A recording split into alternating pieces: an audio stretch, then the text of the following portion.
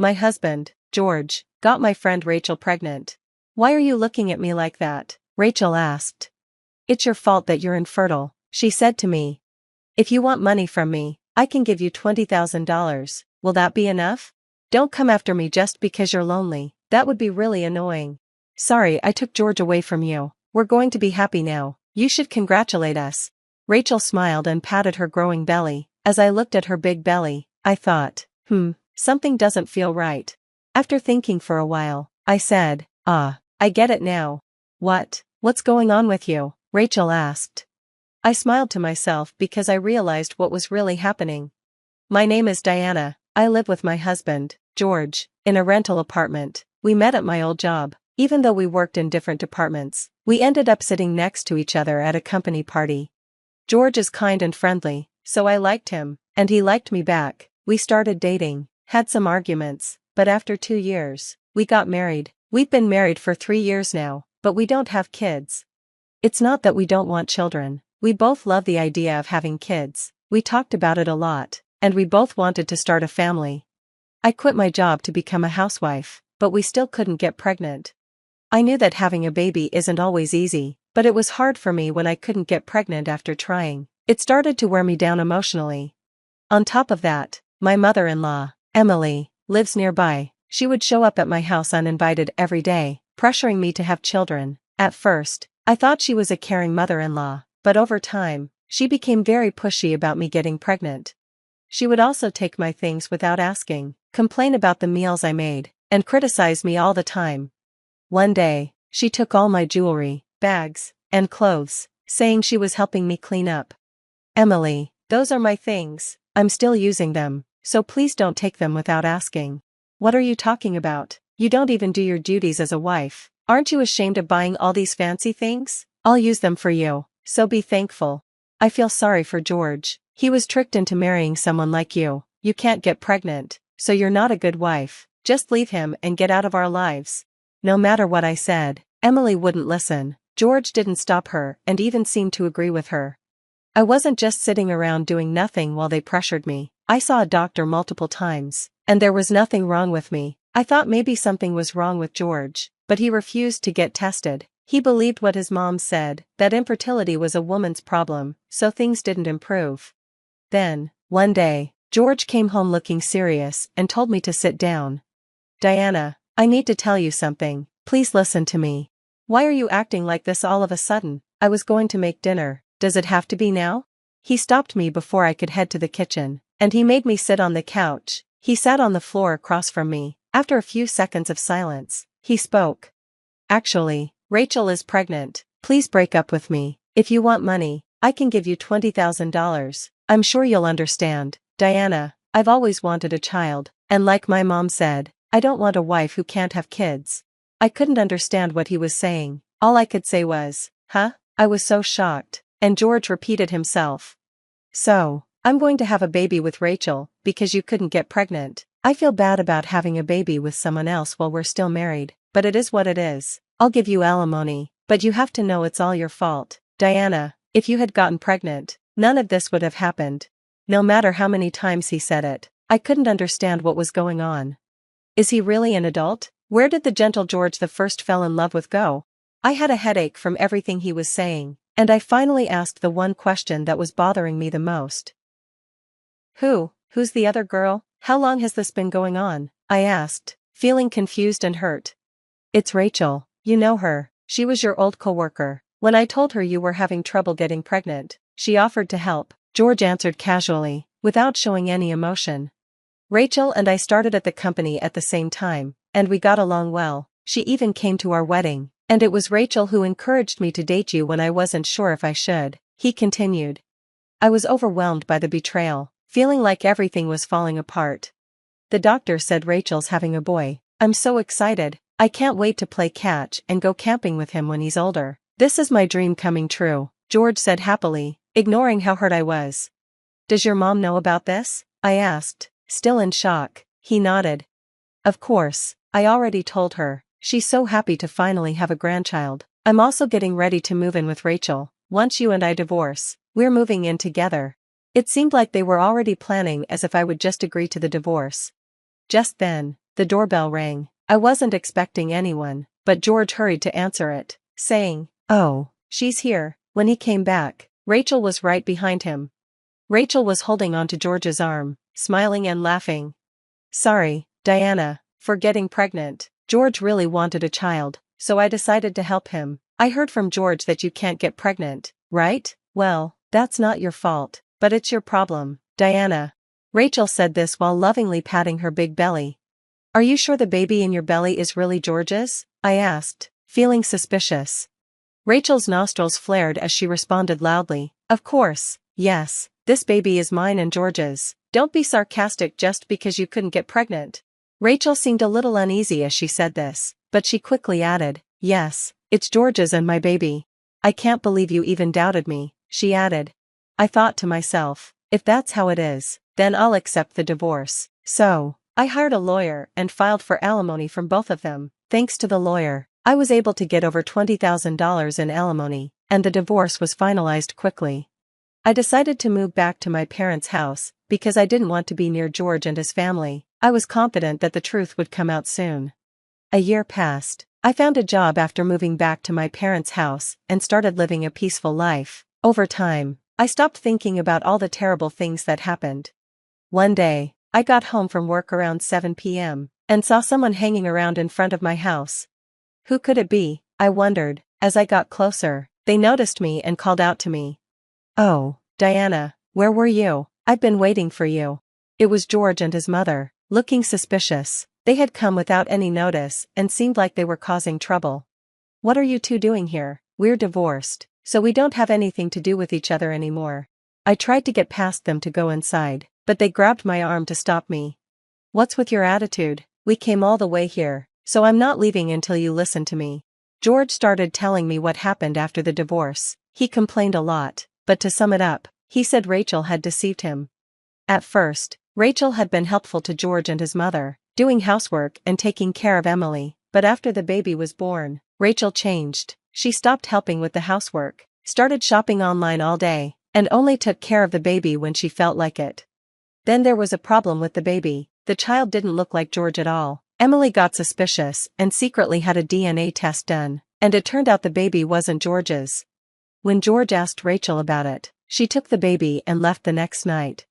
I understand what happened, but what does that have to do with me? You said I'm an unfit wife because I couldn't get pregnant, right? I said.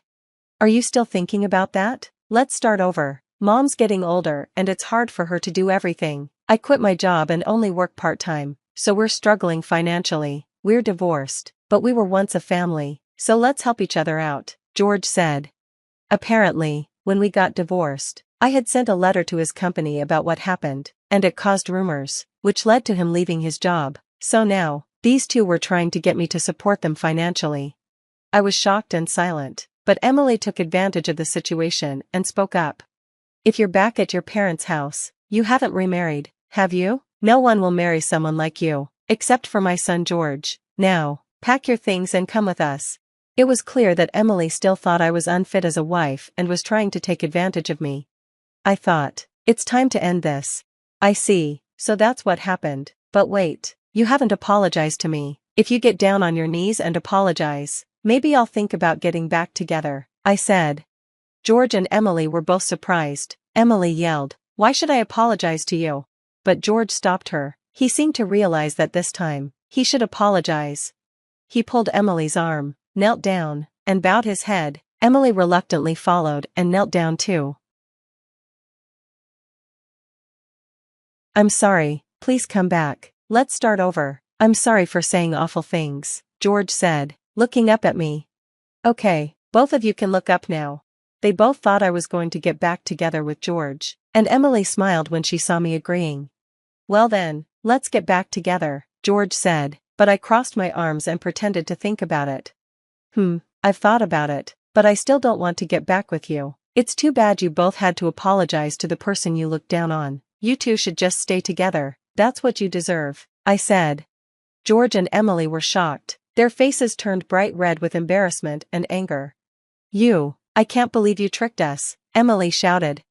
"Enough, you're the ones who've done enough. No matter what you say, I'm not getting back with you," I replied, and Emily stepped back, looking scared. Just then, 2 police officers arrived. Apparently, a neighbor saw me being harassed and called them. George and Emily tried to explain, but in the end, they were taken away by the police. After that, they never came to my parents' house again. Rumors said that Rachel's whereabouts were unknown, and George and Emily were struggling financially because they had to pay for the things Rachel bought with George's credit card. They sold their house and were living on George's low-paying job and Emily's part-time work. I later found out where Rachel was. A former co-worker of mine saw Rachel in town. She looked tired, and her face was drawn. She was pushing her son in a stroller with large luggage. I didn't care what happened to Rachel, but I hoped her child was okay. George called me once, and I answered, following my lawyer's advice to not block his calls. "Oh, Diana, it's been a long time. I wanted to tell you something," he said. "We have nothing to talk about anymore," I replied. "Actually, I went to the clinic, and I found out that the reason you couldn't get pregnant was because something was wrong with me. I'm sorry for believing my mom instead of you. I was so stupid. I'm truly sorry," he said. "Even if you understand now, it's too late. Don't contact me again," I told him before hanging up. I wanted George to regret what he'd done to me for the rest of his life. It felt like everything was finally over. After that, I started dating a colleague at work. I told him I was divorced, and he didn't mind at all. We kept dating, and recently, he proposed to me. Of course, I said yes, and he had to transfer for work, so I moved with him to a distant town. This helped me cut ties with George and Emily for good. Now, I'm pregnant with our long-awaited child. Just as my doctor had said, there was nothing wrong with me. My husband is so happy, and he promised to take care of me and our child forever. I want to take care of my child and my husband forever. I'm excited for the happy life ahead of us. The day I lost everything started like any other Tuesday at Bradley's Bakery. The bell chimed as customers filed in for their morning coffee and pastries, the aroma of fresh-baked bread filling the air. I had no idea my husband was about to destroy 15 years of my family's hard work in less than 15 minutes. I'm Tatum, and until that morning, I thought I knew what betrayal felt like. I was wrong. "Morning, sunshine." Darren's voice carried across the bakery as he strolled in, pristine suit and perfect smile intact. He kissed my cheek, but something felt off.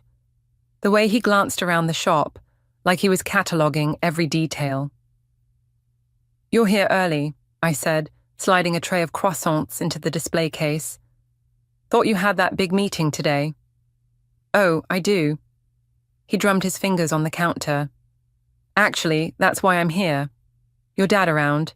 Before I could answer, Dad emerged from the kitchen, flour dusting his apron.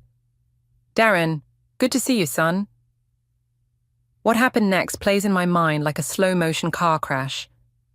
Darren pulled out a stack of papers, speaking in that smooth voice he used to close deals. "So, I've been looking over the bakery's finances, and I think I've found a solution to your cash flow problems." Dad's face fell. "What cash flow problems?" "The ones I discovered while reviewing your books." Darren's smile never wavered. "You gave me access last month, remember? For that loan application." The rolling pin I was holding clattered to the floor. "What loan application?" "Honey, this is business talk," Darren said, not even looking at me.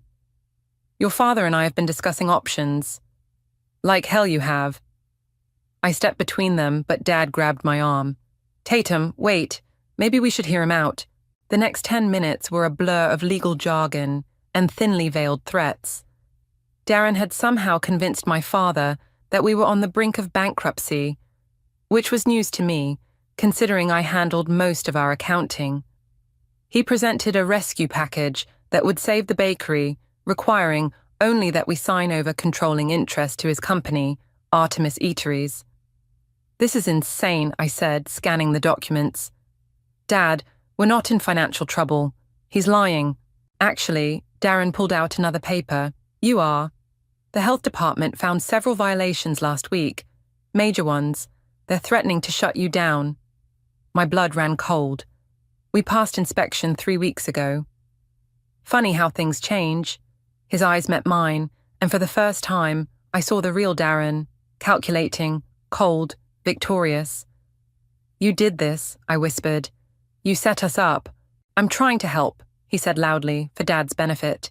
Without this deal, you'll lose everything. With it, you keep working here. Same as always, just under better management. Dad's hand shook as he reached for the pen. We don't have a choice, do we? Dad, no, I grabbed his arm. He's stealing our bakery. I'm saving it, Darren corrected. Sign here, please. I watched in horror as my father signed away our legacy. The bakery my grandparents had opened in 1962, where I'd learned to bake my first cookie, where Mum had worked until the day she died, gone with a few strokes of a pen. Darren gathered the papers, tucking them into his briefcase. I'll have my team here this afternoon to begin the transition. Don't worry, you'll both still have jobs. For now. The bell chimed again as he left, leaving behind the scent of his expensive cologne and the ruins of my life. Dad slumped against the counter, looking older than I'd ever seen him. What have I done? He whispered. I couldn't answer. I was already pulling out my phone, calling Avery, my best friend, and the only lawyer I knew. He can't do this, I said when she picked up. There has to be a way to fight it. I'll be there in 20 minutes, she promised. Don't sign anything else. But it was too late. By the time Avery arrived, Darren's legal team had already taken control. Within a week, Dad was retired, with a pittance of a severance package, and I was informed my services were no longer required. The final twist of the knife came that night when I returned home to find Darren packing his bags. You understand, right? He didn't even look guilty. It's just business, nothing personal. I stood in our bedroom doorway watching him fold his designer shirts. How long have you been planning this? Does it matter? He zipped his suitcase. You were never going to be enough, Tatum. The bakery was just the beginning. I'm building an empire. He brushed past me, then paused. Oh, and I'll have my lawyer contact you about the divorce. Try not to make it messy. The front door clicked shut, and I sank to the floor, my world imploding around me. But somewhere in the midst of my tears, something else began to burn. Determination. Darren thought he'd broken me, but he'd just lit a fire. I pulled out my phone again, this time calling Valeria, the restaurateur who'd been trying to hire me for months. Still interested in teaching me the business? I asked when she answered. Always, she said. Why? I smiled through my tears. Because I'm going to need to know everything about running restaurants. Every single thing. You're holding the knife wrong, Valeria said, adjusting my grip for the 100th time. A chef's knife is an extension of your arm, not a weapon. 6 months had passed since I'd lost the bakery, and here I was, starting from scratch in Valeria's upscale Manhattan restaurant. The irony wasn't lost on me. I'd gone from master baker to kitchen novice overnight. Sorry, I muttered, repositioning my fingers. Old habits. Speaking of old habits, Valeria leaned against the prep station. Your ex-husband's new acquisition is making waves. Did you see the article in the Times? My knife slipped, nearly taking off a fingertip. No, I've been avoiding the news. Smart girl, but you should know he's expanding, buying up small restaurants, turning them into chain concepts. People are calling him the fast casual king of New York. I focused on dicing onions, letting their sting excuse the tears in my eyes. Good for him. No, Valeria grabbed my wrist, forcing me to look at her. Not good for him. Good for you. Every empire has weak spots, Tatum. You just need to learn where to look. A commotion from the dining room interrupted us. Chef. One of the servers burst into the kitchen. Levi Hoffman is here again. Valeria cursed under her breath. 3rd time this week. He's trying to poach my staff. Levi Hoffman, I asked. Rising star in the restaurant world. Aggressive expansion, but quality-focused. Unlike your ex. She straightened her chef's coat. Stay here. Learn something. But I followed her anyway, curious about this rival restaurateur. Through the kitchen door, I watched Valeria approach a tall man in an impeccable suit who was chatting with one of her line cooks. Levi, Valeria's voice could have frozen hell. This is getting old. He turned, flashing a disarming smile. Valeria, Just having a friendly chat with your talented staff. My staff isn't interested in your offers. Actually, the line cook interrupted, I was considering... Marcus, Valeria's tone left no room for argument. Back to work. As Marcus skulked away, Levi's eyes landed on me. New face? Off limits, Valeria snapped. I don't know, I stepped forward, ignoring Valeria's warning look. I might be interested in hearing an offer. Levi's eyebrows shot up. Really? And you are? Tatum, former owner of Bradley's Bakery. Recognition flickered across his face. Ah, Darren's ex. Heard about that mess. He studied me more carefully. Interesting career change.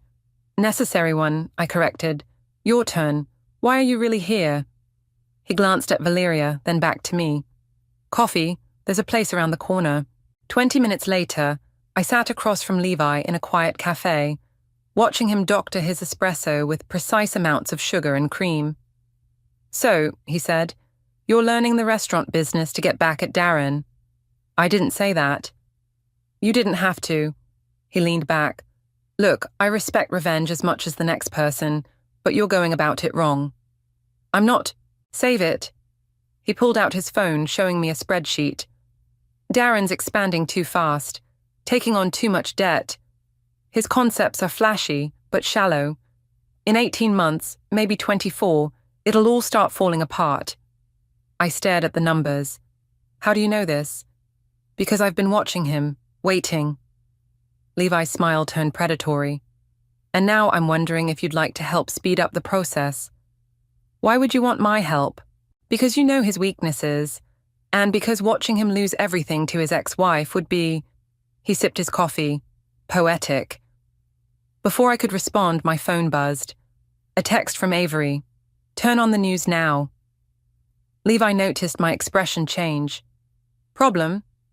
I pulled up a news site, and there it was. Artemis Eateries announces IPO plans. Darren Holmes set to take company public. Well, Levi said, reading over my shoulder, that changes things. How so? Because now there's a clock ticking. Once he goes public, taking him down becomes much harder. He pulled out a business card. I'm offering you a job, Tatum. Real responsibility, real learning opportunity, but you need to decide fast. I thought about Valeria, who'd given me a chance when I needed it most. I can't just... Yes, you can. He stood up. Call me by tomorrow if you want in. Oh, and Tatum... He paused at the door. The knife skills will come. Focus on learning the business side. That's where wars are really won. I sat there long after he left, turning his card over in my hands. Finally, I called Valeria. He offered you a job, didn't he? She said before I could speak. Yes. She sighed. Take it. Levi's an ass, but he's brilliant at business, and that's what you need right now. You're not mad? Mad? Honey, I'm proud. You're finally thinking like a shark instead of a minnow. She paused. Just promise me one thing? What's that? When you take Darren down, make it spectacular. Some of us will want front row seats. I smiled, already dialing Levi's number. That's a promise I intend to keep. You're not going to believe this. Avery burst into my office at Levi's restaurant group, waving her tablet. Artemis Eateries is in trouble. I looked up from the financial reports I'd been studying for the past year. What kind of trouble? The delicious kind. She perched on my desk, pulling up an article. Their IPO filing revealed some interesting numbers. Their growth isn't what Darren's been claiming. 3 of their newest locations are hemorrhaging money. Show me. I grabbed the tablet, scanning the figures. After 18 months working under Levi, I could read between the lines of financial statements. What I saw made me smile. Their debt-to-equity ratio is insane, I muttered. He's been borrowing against future earnings that don't exist. Exactly. Avery grinned. The stock price is tanking before they even go public. Investors are pulling out. My phone buzzed, Levi calling. Did you see? I asked when I picked up. Get to my office, now. 10 minutes later, I sat across from Levi, watching him pace. This is our moment, he said. Darren's vulnerable. His investors are spooked. He needs a white knight. And you want to be that knight? He stopped pacing. No, I want you to be. I blinked. What? Think about it. You've learned every aspect of this business. You've turned around 3 failing restaurants in the past year. Your name carries weight now. But I don't have that kind of capital. No, he sat down, sliding a folder across his desk. But I do, and I'm willing to back you. I opened the folder to find acquisition papers. You want me to buy Artemis Eateries? I want us to buy it together. You'll be the face of the deal. I'll be the silent partner. You get controlling interest. I get a healthy return on investment. He leaned forward. Plus, I get to watch Darren Holmes sell his company to his ex-wife. That's worth the price of admission alone. My hands shook as I read the terms. This is real? Very, but we need to move fast. Word is Darren's meeting with other potential buyers next week. I pulled out my phone, dialing Avery. How quickly can you review an acquisition proposal? Give me an hour, she said after I explained the situation. And Tatum, this is it. This is your chance. The next few days passed in a blur of meetings, paperwork, and sleepless nights. Levi's team worked around the clock, preparing our offer. Finally, we were ready. Remember, Levy said as we walked into the Artemis Eateries headquarters, let me do the talking. You're just here as my restaurant operations expert. The conference room was packed with executives, lawyers, and one very nervous-looking Darren. He did a double take when he saw me. What is she doing here? He demanded. Ms. Bradley is my chief operations officer, Levi said smoothly. Her experience in restaurant turnarounds is crucial to our proposal.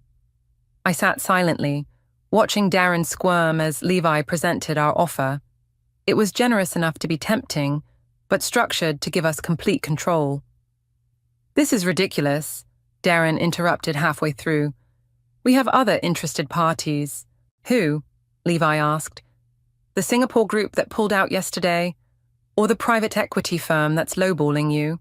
He smiled. Face it, Darren, we're your best option. One of the board members cleared his throat. Mr. Holmes, he's right. We need to consider this offer seriously. The meeting dragged on for hours. I watched Darren's facade crack bit by bit as his board members and lawyers increasingly sided with our proposal. Finally, they called for a brief recess. Darren cornered me in the hallway. What are you playing at? Playing? I'm not playing anything. I'm doing business. I met his gaze steadily. Isn't that what you taught me? It's nothing personal. His face reddened. You think you can run my company? Better than you have. I stepped closer. Your books are a mess, Darren. Your concepts are stale. You've been so focused on expansion that you forgot about quality, just like you did with the bakery. The bakery was failing. The bakery was fine until you fabricated health violations and manipulated my father. I kept my voice low, controlled. You wanted an empire. Congratulations. You built one on sand and now it's crumbling. The board members filed back in before he could respond. I took my seat, watching as they announced their decision to accept our offer, pending final negotiations. Levi shook hands with everyone while I gathered my papers. As we left, I paused at the door. Oh, Darren, I turned back. Don't worry, I'll have my lawyer contact you about the transition. Try not to make it messy. Outside, Levi burst out laughing. That was beautiful. Did you see his face? But I wasn't celebrating yet. We still have to turn these restaurants around. We will. He hailed a cab. But first, we're going to celebrate. Dinner at Valeria's? I nodded, finally allowing myself to smile. Perfect. I hear she makes an excellent revenge dish, served cold. All rise. The boardroom fell silent as I walked in, heels clicking against the polished floor. 30 pairs of eyes followed me to the head of the table. Executives, managers, and district supervisors of Artemis Eateries, all waiting to meet their new CEO. Good morning, I said, remaining standing. I'm Tatum Bradley. As of 9 a.m. today, I'm your new chief executive. A murmur rippled through the room. I spotted Darren at the far end, arms crossed, jaw clenched. He was required to stay on as a consultant during the transition, a detail I'd specifically requested in the contract. Let's address the elephant in the room, I continued. Yes, I'm Darren's ex-wife. No, this isn't about revenge. I paused. This is about survival. Your jobs, this company's future, depend on what happens in the next 6 months. I clicked through my presentation, displaying graphs of plummeting profits and rising costs. These numbers tell a story. It's not a happy one. With all due respect, a middle-aged manager interrupted, we've been hitting our growth targets. Through unsustainable expansion and cost-cutting, I finished for him. When was the last time you ate at one of our restaurants, Mark? He shifted uncomfortably. Last month. Try again. Our records show you haven't used your employee meal benefit in over 6 months. Neither have most of you. I looked around the room. You don't eat at your own restaurants. That's problem number 1. Darren stood up. This is absurd. Our concepts are failing. I cut him off. Sit down, Darren. You're here to observe, not speak. The room tensed as we stared each other down. Finally, he sat, his face flushed with anger. Here's what's going to happen, I continued. Every executive in this room will spend the next week working in our restaurants. Front of house, back of house, every position. You'll eat every item on the menu. You'll talk to customers. Then we'll meet again. That's not in our contracts, someone protested. Your contracts are being revised. Those who don't wish to participate can submit their resignations by end of day. The room erupted in whispers. I waited them out. One more thing, I added. We're reopening Bradley's Bakery. Now Darren did jump up. You can't do that. The lease transferred with the acquisition. I smiled. You really should read contracts more carefully, Darren. Meeting adjourned. I gathered my papers as the room cleared out, executives muttering among themselves. Darren lingered, waiting until we were alone. You're going to destroy everything I built, he said. No, I'm going to fix what you broke. I met his eyes. Starting with the bakery. This is about your father, isn't it? This is about doing business right. I walked to the door, then turned back. By the way, you start at the downtown Brooklyn location tomorrow, 6 a.m. sharp. The manager there runs a tight ship. I'm not working in a restaurant kitchen. Then clear out your office by 5. I checked my watch. I have another meeting. Don't be late tomorrow. In the elevator, my hands finally started shaking. Avery was waiting in my new office. How'd it go? She asked. About as expected. I collapsed into my chair. Half of them will probably quit. Good. Fresh blood is exactly what you need. She handed me a coffee. Your father called, by the way. He saw the news about the bakery. My stomach tightened. What did he say? He wants to meet. Says he has some ideas about the reopening. Tears pricked at my eyes. Dad hadn't baked since the day we lost the bakery. Tell him yes, whenever he wants. My phone buzzed. Levi texting, watching the stock price climb. Well done, partner. Another buzz. Valeria. Dinner tonight. We need to celebrate properly. A knock at the door interrupted my replies.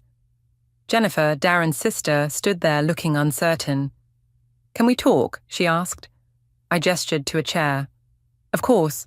Avery excused herself as Jennifer sat down. I know Darren hurt you, she said, but these people, their jobs, are safer with me than they were with him, I finished. I'm not here to destroy the company, Jennifer. I'm here to save it. By forcing executives to work in kitchens. By reminding everyone what this business is really about. Food, service, people. I leaned forward. Stay. Help me fix this. You've always seen the problems your brother couldn't. She studied me for a long moment. The bakery. Will you really reopen it? Come see for yourself. I stood up. I'm heading there now to check on renovations. Jennifer hesitated, then nodded. Okay, show me. As we rode to Brooklyn, I thought about all the pieces falling into place. The bakery would rise again, but this time, as the heart of something bigger, something better. Darren had taught me about empire building, but he'd forgotten the most important lesson. Empires built on greed collapse. Empires built on quality endure. Tomorrow, Darren would learn that lesson the hard way, starting with a 6 a.m. shift in his own failing restaurant. "Is this live?" I asked, staring at my phone screen where a viral video was playing. It showed Darren, still in his expensive suit, having a meltdown in one of our restaurant kitchens. "Oh, it's live," Avery confirmed, barely containing her glee. "And trending. Our restaurant Karen is currently number 3 on Twitter." In the video, Darren was red-faced, jabbing his finger at a teenage line cook. "Do you know who I am? I built this company." "Sir," the cook replied calmly, "the dishes still need to be washed. Company policy says everyone helps during rush hour." "I'm not touching those dishes. Get a dishwasher." "We're short-staffed because corporate cut our labor budget last month. Your policy, sir."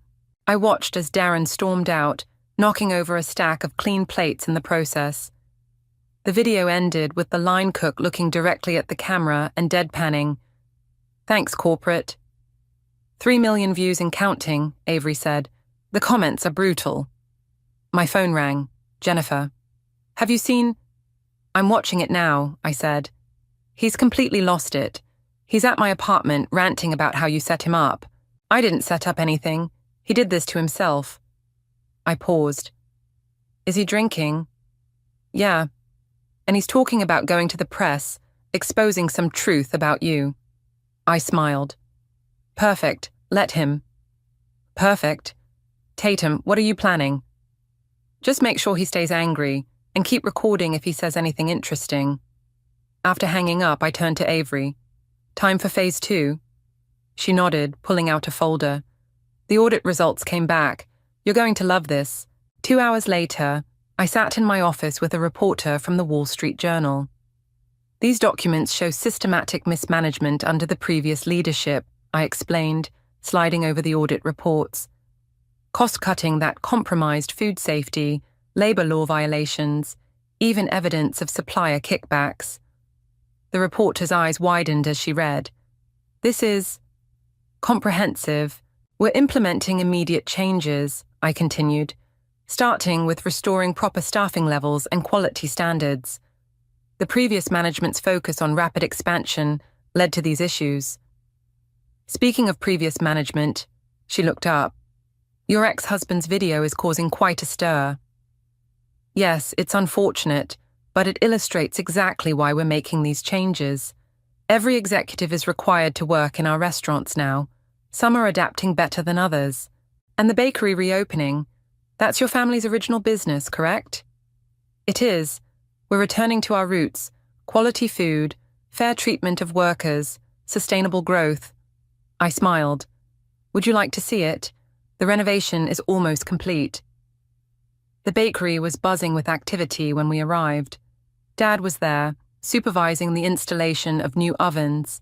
"This is where it all started," he told the reporter, pride evident in his voice. "And where it's starting again, thanks to my daughter." The reporter scribbled notes as Dad showed her around, explaining our vision for combining traditional baking with modern restaurant concepts. I stepped outside to take a call from Levi. "Your ex is on CNBC right now," he said, making a complete fool of himself. I pulled up the live stream. Darren was sweating under the studio lights, his tie askew. "She's destroying everything," he was saying. "She's turned my own sister against me. She's spreading lies." "Mr. Holmes," the anchor interrupted, "your former company's stock has risen 15% since Ms. Bradley took over. The market seems to approve of her changes." "The market doesn't understand. She's—" He stopped, seeming to realize how he sounded. "This is a personal vendetta. Is that why you're here instead of working your scheduled shift at your former restaurant?" The anchor's tone was devastating. "We have reports you walked out mid-service, leaving your staff short-handed." I ended the stream, turning back to the bakery. Through the window, I could see Dad teaching the reporter how to properly shape a croissant, his hands moving with the confidence I remembered from childhood. My phone buzzed with a text from Jennifer. "He's completely melting down. talking about leaving the country. Don't let him, I replied. The board still has questions about those supplier contracts he signed. Another buzz. Valeria this time. Just saw CNBC. Karma's a beautiful thing, isn't it? I watched Dad laugh at something the reporter said and felt a warmth that had nothing to do with revenge. This was about more than getting even. This was about rebuilding something real, something lasting. The reporter emerged, tucking away her notebook. One last question, she said. What would you say to those who claim this is just about revenge? I looked through the window again, at Dad showing a young baker how to use our old family recipes. Revenge is about destroying things, I said. This is about creating something better from the ashes. That's not revenge. That's redemption. She nodded, understanding. The story runs tomorrow. Perfect timing, I smiled. Just in time for the bakery's grand reopening. And Darren's final fall from grace, the Wall Street Journal article hit like a bomb. I sat in the newly renovated Bradley's bakery, watching the fallout unfold on my laptop while the smell of fresh bread filled the air. Board members demand investigation into former CEO's practices, one headline screamed. Restaurant empire's dark underbelly exposed, declared another. My phone hadn't stopped ringing since dawn. I ignored most calls, but answered when Jennifer's name flashed on the screen. He's gone, she said without preamble. Cleared out his apartment overnight, left his phone behind. I closed my eyes. Any idea where? Probably Dad's place in the Hamptons. He always runs there when things get bad. She paused. Tatum, I know he deserved this, but he's your brother, I finished. I get it. Do you? Because this morning's article, it's not just Darren who looks bad. Dad's reputation is ruined too. The bell above the bakery door chimed. I looked up to see Clifford, Darren's father, walking in. He looked older than his 60 years, defeated. Jennifer, I'll call you back. Clifford stood before the counter, taking in the renovated space. Looks different, he said finally. Better different or worse different. Just different. He met my eyes. Like everything else these days. I gestured to a table. Coffee?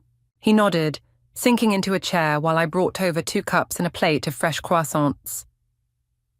We sat in silence for a moment, the morning sunlight streaming through the windows. You've destroyed my family's name, he said finally. Your son destroyed it himself. I just exposed the truth.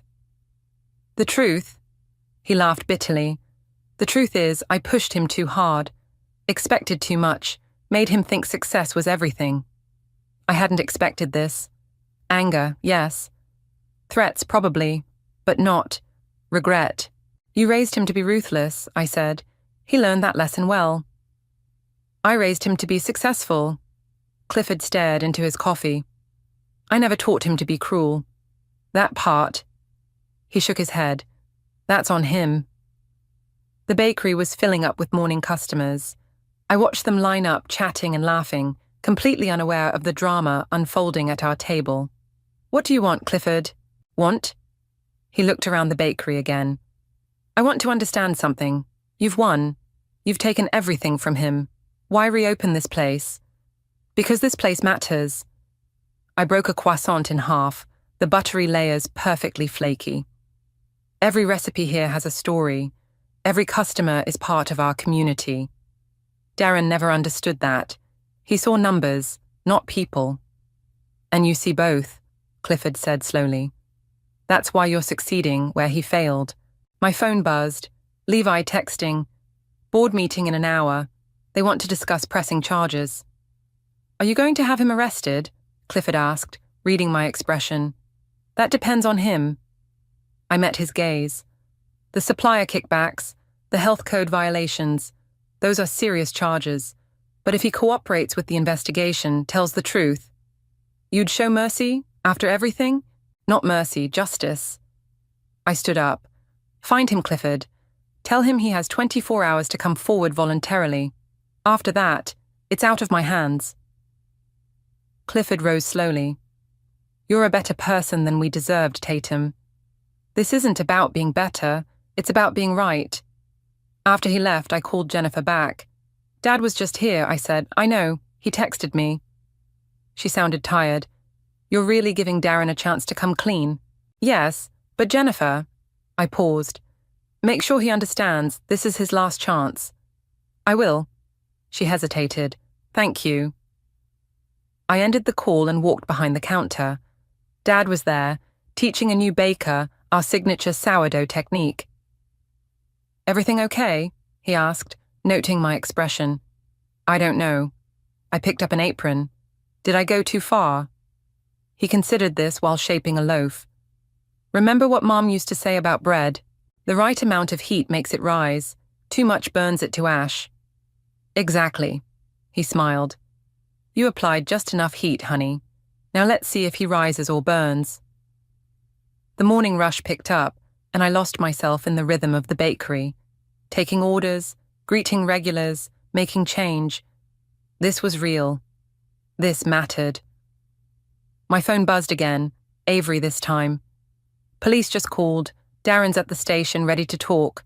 I looked around the bakery, at the life and warmth filling the space that Darren had once tried to destroy. He'd thought taking it would break me. Instead, it had made me stronger, taught me the difference between revenge and justice. Tell them I'll be there in an hour, I texted back. Some things are more important than watching someone fall. I turned back to the customers, to the smell of fresh bread and coffee, to the sound of laughter and conversation. This was my empire now, built not on greed and betrayal, but on quality and community, and unlike Darren's, it would last.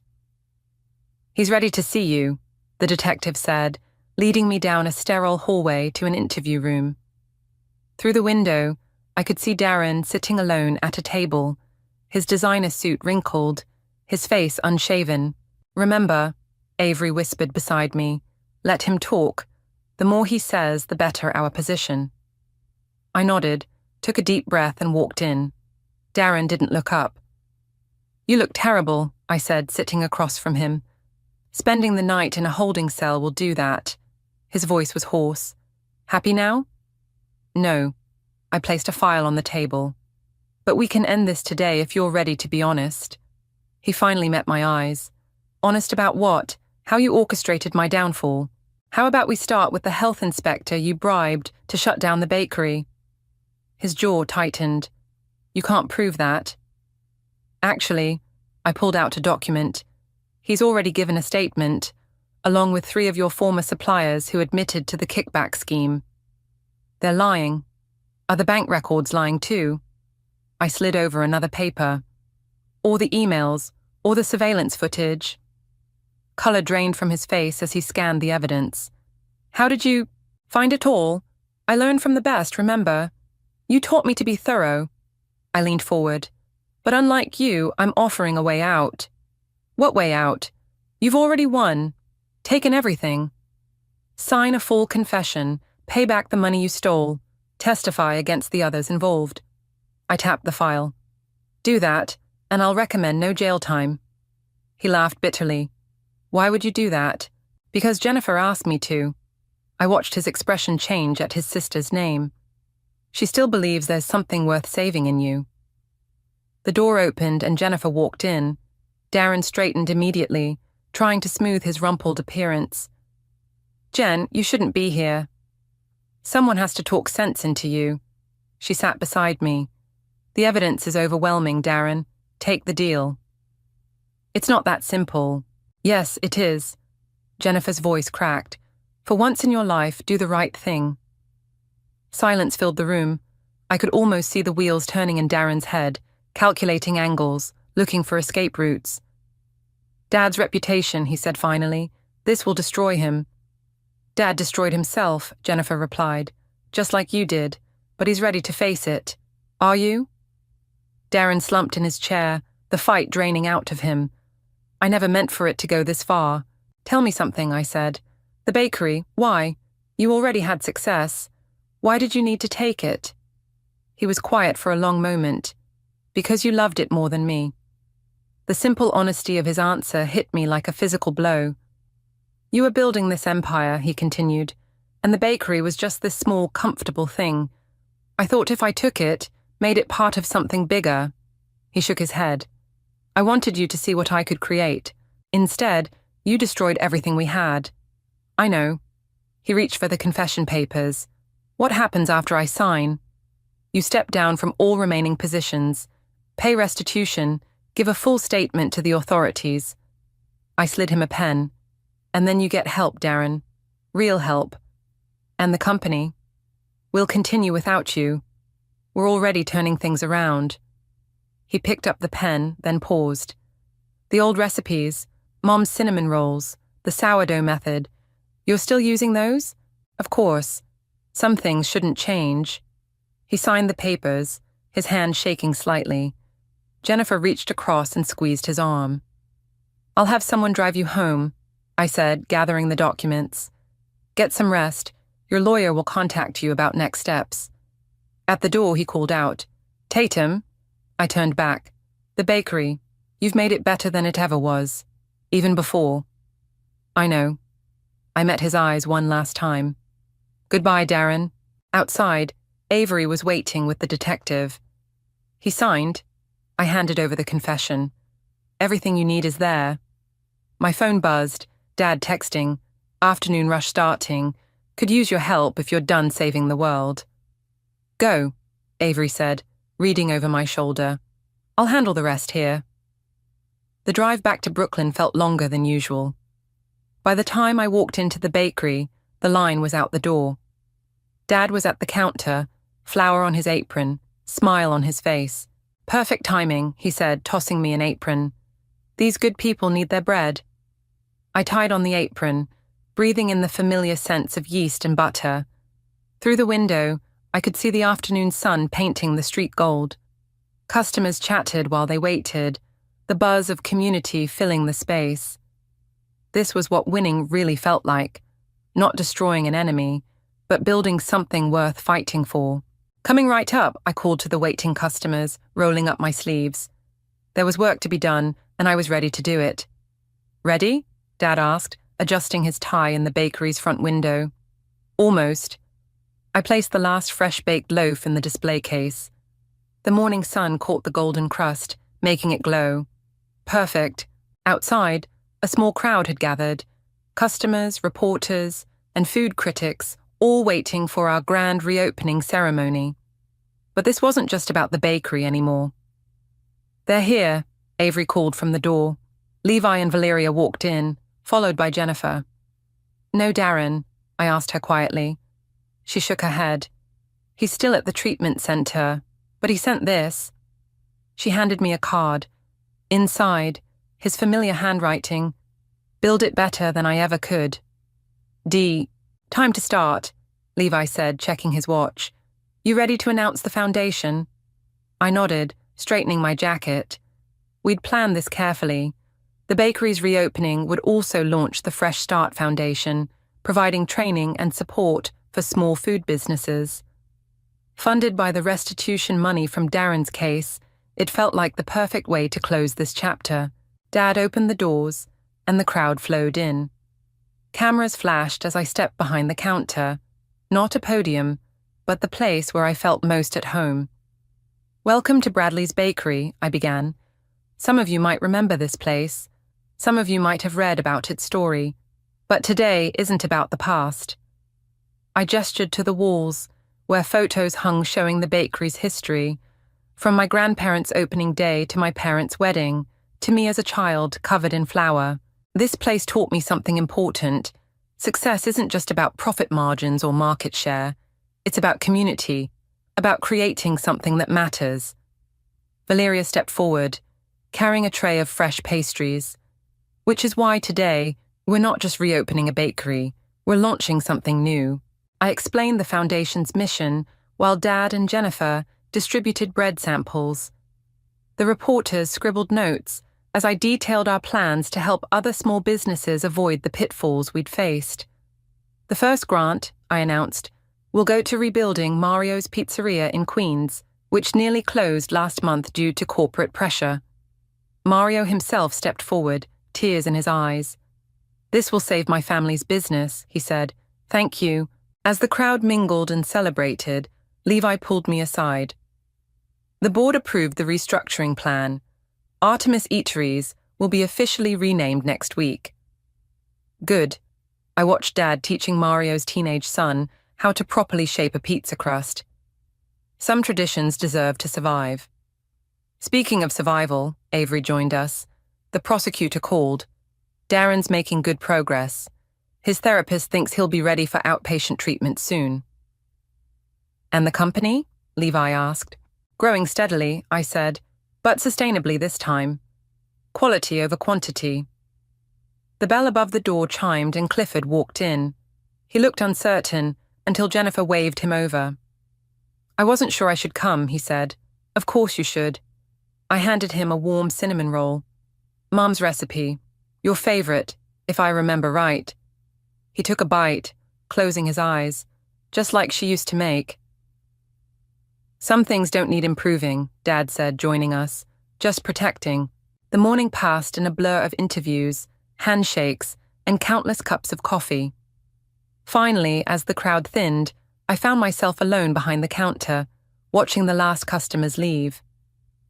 Quite a change from that Tuesday morning when everything fell apart, Avery said, perching on a stool. Everything didn't fall apart, I corrected. It just got rebuilt stronger. My phone buzzed. A text from Darren's treatment center. Your brother-in-law asked us to share his progress report. 90 days sober, making amends. Good news? Avery asked, noting my smile. Getting there. I put the phone away. Hey, want to learn how to make sourdough?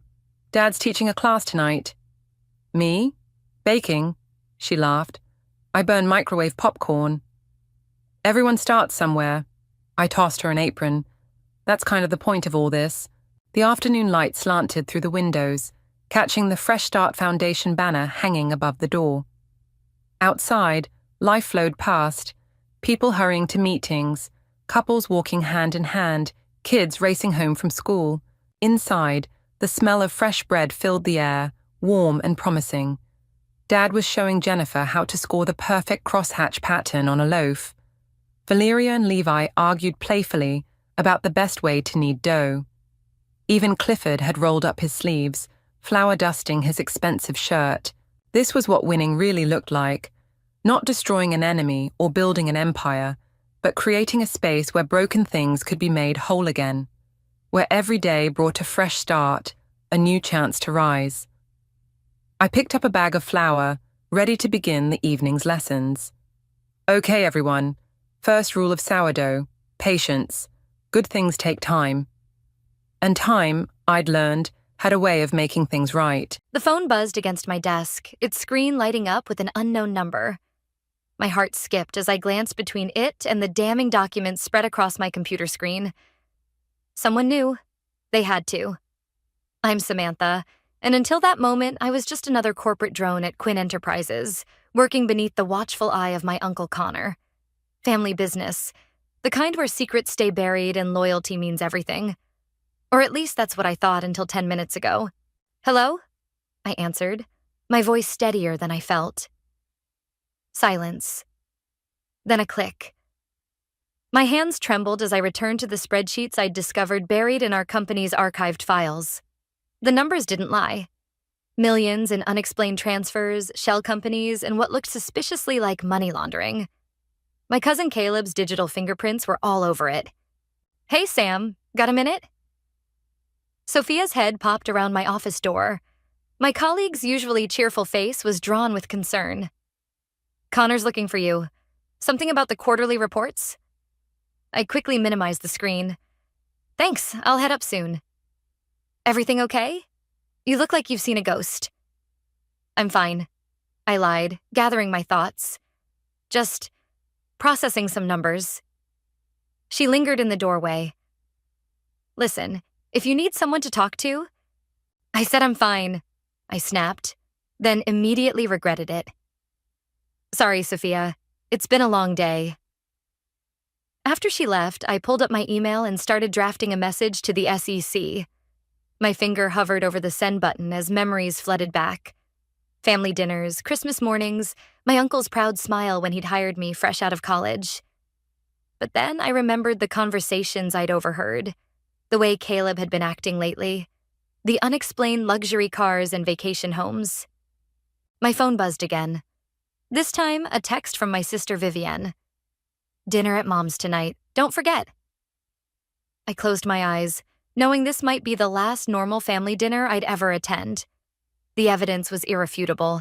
The company my grandfather had built from nothing had become a front for something corrupt, something ugly. "Samantha?" Uncle Connor's voice boomed from my doorway, making me jump. "There you are, coming up to review those reports?"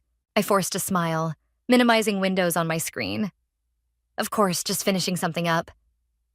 He stepped into my office, his presence filling the room like it always had. "Everything all right? You seem distracted lately." "Just busy," I said, standing up. "Lots to process." "That's my girl, always the dedicated one." He clapped a hand on my shoulder. "Unlike your cousin. Between us, Caleb's been worrying me lately. Maybe you could talk to him." The irony wasn't lost on me. "I'll try." I lied again, feeling sick to my stomach. As we walked to his office, my phone buzzed one more time. Another unknown number, this time with a message. "I know what you found. Meet me at Carter's coffee shop tomorrow at 8 a.m. if you want to do the right thing." "Important message?" Connor asked, noticing my expression. I shook my head, pocketing the phone. "Just spam." In his office, surrounded by photos of our family, including one of me at my college graduation, beaming between him and Caleb, I made my decision. The SEC email sat in my drafts folder, waiting. Family meant everything, but so did integrity. Sometimes doing the right thing meant being willing to burn it all down. "Uncle Connor," I said, interrupting his monologue about quarterly projections, "have you ever had to choose between loyalty and truth?" He paused, studying me with those sharp eyes that had always seemed to see right through me. "Interesting question. Why do you ask?" "Just thinking about grandfather, I guess. About his legacy." Connor's expression softened. "He built this company on trust, Samantha. On family, never forget that." I nodded, feeling the weight of my USB drive in my pocket, loaded with copies of everything I'd found. "I won't." That evening, after everyone else had left the office, I sent the email. Then I drove to my mother's house for dinner, knowing it would be the last time I'd be welcome there. As I pulled into the driveway, my phone buzzed one final time. The unknown number again? "See you tomorrow. Bring everything you have. And Samantha? Be careful who you trust." I deleted the message, straightened my shoulders, and walked inside to face my family. For now, I was still one of them. By this time tomorrow, I'd be the traitor who destroyed everything they held dear. But sometimes, I reminded myself, destruction is necessary for rebirth. 2 weeks after I sent that email, my world imploded. I was in my apartment when the news broke. Caleb's arrest plastered across every local news channel. The footage showed him being let out of Quinn Enterprises in handcuffs, his designer suit wrinkled, his face a mask of rage. My phone started ringing immediately. "Vivienne, what did you do?" Her voice cracked with fury. "Tell me you didn't do this to our family." "Viv, don't. Just don't." Mom's crying. "Uncle Connor is... I've never seen him like this. How could you?" The line went dead before I could respond. Within minutes, my social media exploded with notifications. Family members unfriending me, blocking me. Messages ranging from disappointed to threatening. A knock at my door made me jump. Through the peephole, I saw Sophia, looking nervous. "You shouldn't be here," I said, letting her in. "They'll figure out you helped me." "They already did." She held up her phone, showing me an email. "I've been fired, along with anyone they suspect might have known about the investigation." "I'm so sorry." "Don't be. I knew what I was getting into." She sat on my couch, running fingers through her hair. "But Samantha, there's something else. Something about Caleb's arrest doesn't add up." My TV was still playing the news coverage. Uncle Connor stood at a podium outside the company building, his face grave. "This betrayal, His voice boomed through my speakers. Comes not just from federal authorities, but from within our own family. My niece Samantha has chosen to destroy everything we've built. She has fabricated evidence against her own cousin, manipulated data, and... I switched it off, hands shaking.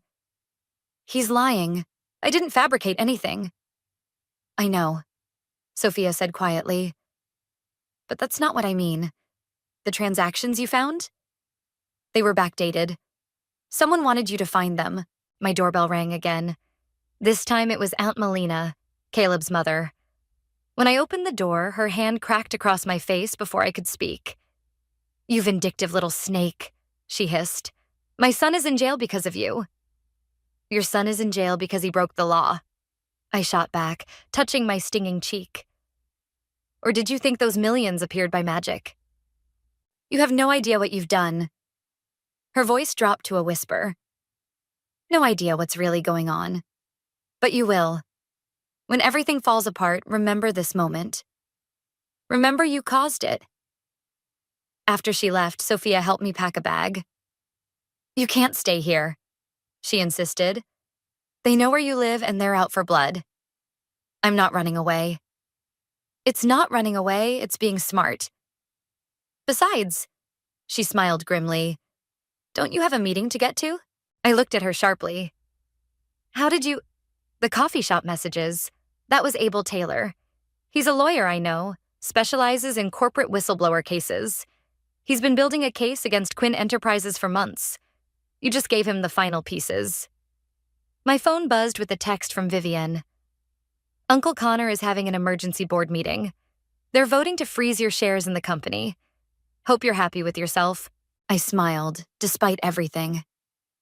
They didn't know about the new company I'd quietly registered last month, or the clients I'd been courting. They thought they were cutting me off, but I was already 10 steps ahead. Tell Abel I'll meet him tomorrow, I told Sophia. Right now I have another stop to make. The prison visiting area was cold and sterile. Caleb sat across from me, his eyes hollow. Come to gloat? He spat. Come to understand. Those transactions were backdated, Caleb. Someone set you up and I think you know who. His face went pale. Get out. Who are you protecting? What are you afraid of? I said get out. He stood up so fast his chair clattered backward. Guards move forward. You think you're so righteous, but you have no idea what you've started. When it all comes out, they dragged him away before he could finish, but his words echoed in my head all the way to my hotel room. As I checked in under a false name, my phone lit up with one last message from an unknown number. Smart move, getting out of your apartment. Tomorrow, 8 a.m. I'll show you how deep this really goes. Abel. I stared out the hotel window at the city lights, thinking about Caleb's face, Aunt Melina's words, Uncle Connor's lies. Someone had orchestrated this whole thing, using me as their unwitting pawn. But they'd underestimated me. They thought they'd destroyed me, but they'd only set me free. Carter's coffee shop buzzed with morning activity as I spotted a man in a crisp navy suit, sitting alone with 2 coffee cups in front of him. He stood as I approached, extending his hand. Abel Taylor, he said warmly. Though I suppose you figured that out already. The mysterious texter himself. I sat down, accepting the coffee he pushed toward me. So why all the cloak and dagger routine? Because walls have ears, especially at Quinn Enterprises. He pulled out a tablet, sliding it across the table. Take a look at this.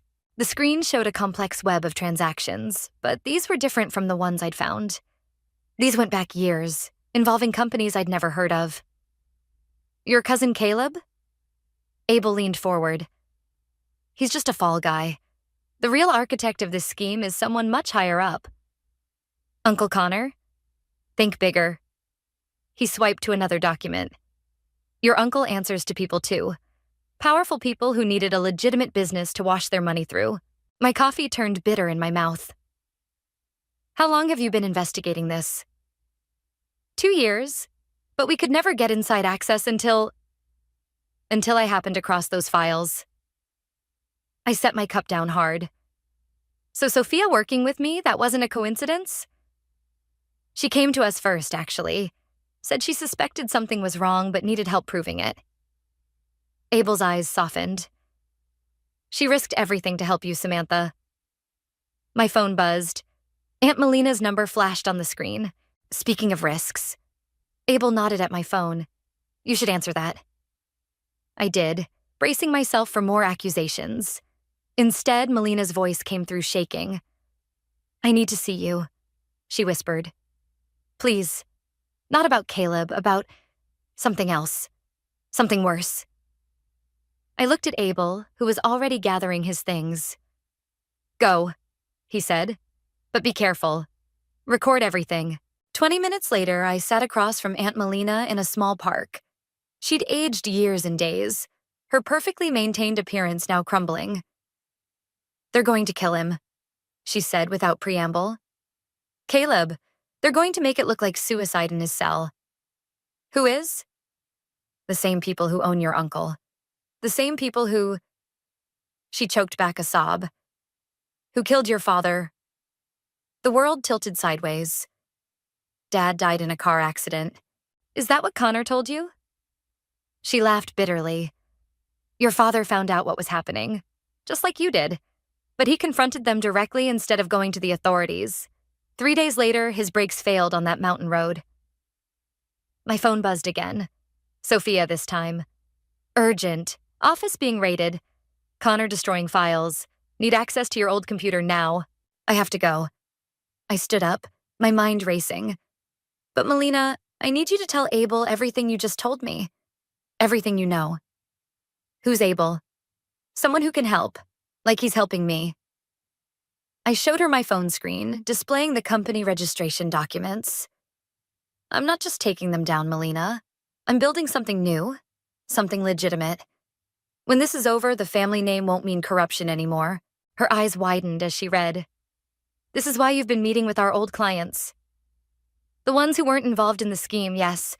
They're ready to jump ship as soon as everything breaks. I squeezed her hand. Help us. For Caleb. Back at my hotel, Sophia was waiting with her laptop.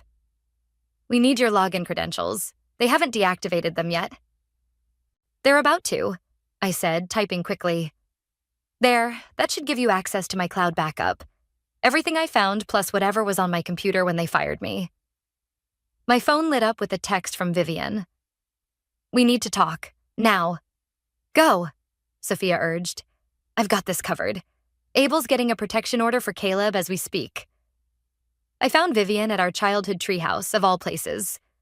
She sat with her legs dangling over the edge, looking young and lost. Is it true? She asked as I climbed up. About Dad? How did you... Melina called me right after you left her. Said I deserved to know. She wiped her eyes. All these years I thought you were the troublemaker. The one who couldn't just play along. But you were right. About everything. I sat beside her, our shoulders touching like when we were kids. Help me fix this, Viv. Help me make it right. She pulled out her phone, showing me emails she'd secretly archived. Already am, sis. Already am. As the sun set behind the trees, my phone buzzed one last time. Abel. It's happening. Tomorrow everything breaks. Are you ready? I looked at my sister, thought of Melina, of Sophia, of all the pieces falling into place. Ready, I texted back. Let's finish this. The package arrived at my hotel room door just before dawn, a plain manila envelope with no return address. Inside, I found a single photograph. My father, sitting at his desk, time-stamped 3 days before his death. On the back, written in red ink, like father, like daughter, back off. My hands were still shaking when Abel called. Turn on the news, he said without greeting. Every channel showed the same scene. Federal agents swarming Quinn Enterprises, carrying out boxes of documents. Uncle Connor stood at the entrance, his face ashen, as reporters shouted questions. My phone exploded with notifications. Vivian. Dad's old office. Now. Found something. I met her in the abandoned building where our father had run his consulting business. She was already there, kneeling by a loose floorboard. Look what I found, she said, pulling out a dusty metal box. Inside were USB drives, documents, and a letter addressed to me. He knew, I whispered, scanning the letter. He knew everything, Viv. The money laundering, the shell companies, all of it. He was building a case. Sam. She held up one of the drives. There's more. These recordings... Dad wasn't just gathering evidence. He was part of it initially. He was trying to make it right when they killed him. The door creaked behind us. We spun around to find Melina standing there, pale as a ghost. I've been following you, she admitted. After our talk yesterday, I remembered something. About the night your father died. She pulled out her phone, showing us a video. I never showed this to anyone, not even Connor. The shaky footage showed our father arguing with two men in suits outside the office building. The timestamp matched the photo I'd received that morning. I need names, I said. Melina shook her head. It's not safe. They already threatened Caleb in prison. If I tell you... They killed my father. I slammed my hand on the desk. They're using our family's company to launder money for who knows what. And now they're threatening me too. I got this morning. I showed her the photograph. Her face went white. Where did you get this? Same place you got your warning about Caleb, I'm guessing. My phone buzzed. Sophia. Emergency. Someone's deleted everything from the cloud. All our evidence gone. No, I smiled, holding up the USB drives. Not everything. Vivian's phone chimed next. She read the message and grabbed my arm.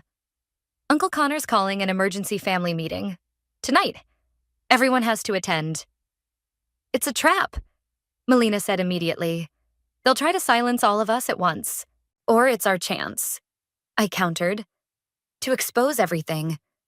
We have Dad's evidence, your video, the photo they sent me. And me, said a voice from the doorway. We all turned to see Abel standing there with Sophia. We've got a federal warrant and agent standing by.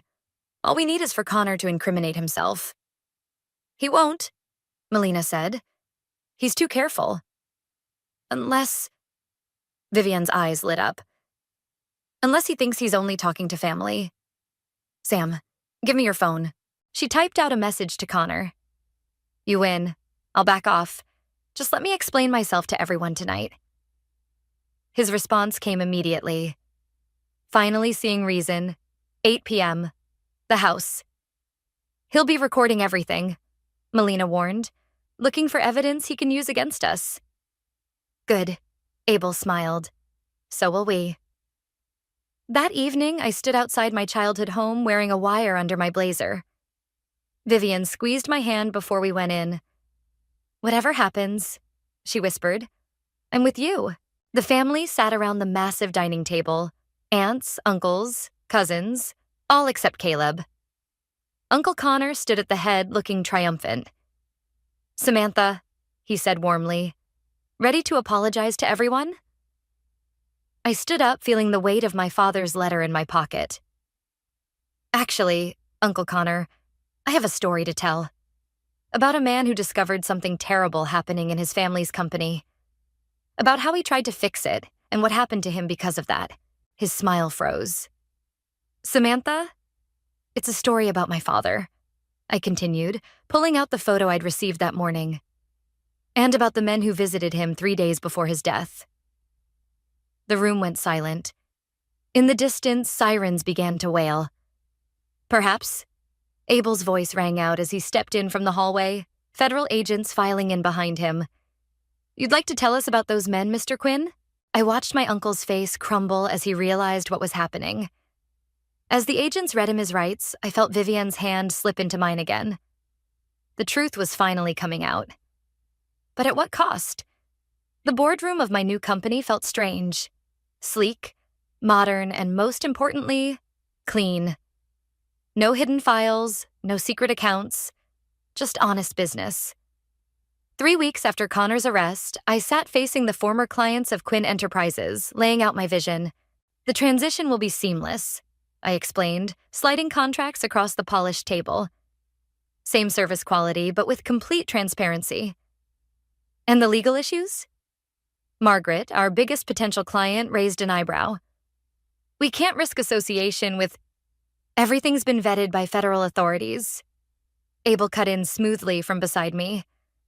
Ms. Quinn's new venture is completely separate from the previous entity. My phone buzzed. A message from the prison. Caleb wanted to see me. Again. Excuse me, I said, standing. My colleague Sophia will walk you through the details. In the hallway, Vivian waited with coffee. Another visit request? Third this week. I took the cup gratefully. He keeps insisting there's more to the story. Maybe there is. She pulled out her tablet. Look what I found in Dad's old files. The document showed a series of transactions predating even Connor's involvement. Names I recognized. Powerful people in politics, finance, technology. This goes higher than we thought, Vivienne whispered. Way higher. My phone rang. Melina, turn on the news now. We rushed to my office just in time to see Connor being led into court. The headline below read, Quinn Enterprises CEO claims conspiracy, names major players. He's talking, Vivian breathed. Because they want him to, came Abel's voice. He stood in the doorway, face grim. Think about it.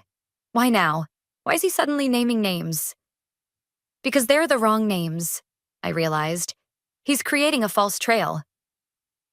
My office phone lit up. Margaret and the other clients were leaving. I rushed back to the boardroom, but it was too late. We can't take the risk, Margaret said apologetically. Not with these new allegations flying around. I watched months of planning crumble as they filed out. Back in my office, I slumped into my chair. We need to talk to Caleb, Vivian insisted. If Connor's creating a false trail, maybe Caleb knows the real one. 2 hours later, I sat across from my cousin in the prison visiting room. He looked better than last time. Clearer, more focused. They killed Dad, didn't they? He asked without preamble. Yes. Because he found out about the political connections? I leaned forward. What political connections? The ones Connor's not naming. Caleb glanced around nervously. Look, I was just the numbers guy. I moved money where they told me to. But sometimes, late at night, I'd see things. Names. Real names. We need those names, Caleb. You don't understand, he hissed. These people, they own judges, cops, entire departments. Why do you think Connor's still alive? He's playing his part. My phone buzzed. Sophia. Emergency. Office broken into, all files copied. They're moving fast, Abel said when I showed him the message back at the office. They know we're close. Then we move faster. I pulled out my father's letter. Dad mentioned a backup plan. Something he called Protocol 7. Melina, does that mean anything to you?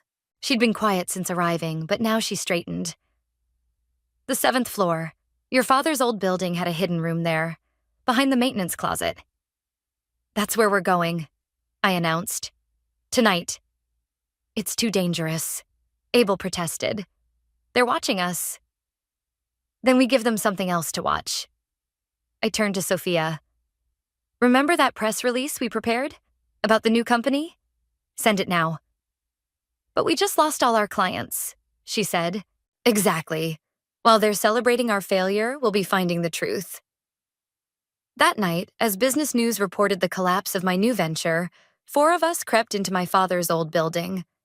The 7th floor was dark, dusty with disuse. Here, Melina whispered, pushing aside a shelf in the maintenance closet. Behind it, a small door. Inside, we found a single laptop, ancient but carefully preserved. As it booted up, a video file started playing automatically. My father's face filled the screen. Samantha, if you're watching this, you've figured it out. Everything you need is here. The real names, the real conspiracy. But baby girl, be careful. What you're about to learn? The screen suddenly went black. Behind us, a voice spoke. That's quite far enough. We spun around to face the darkness, and I finally understood why Uncle Connor had been so afraid. Senator Marcus stepped out of the shadows, flanked by 2 men in dark suits. The same men from Melina's video of my father.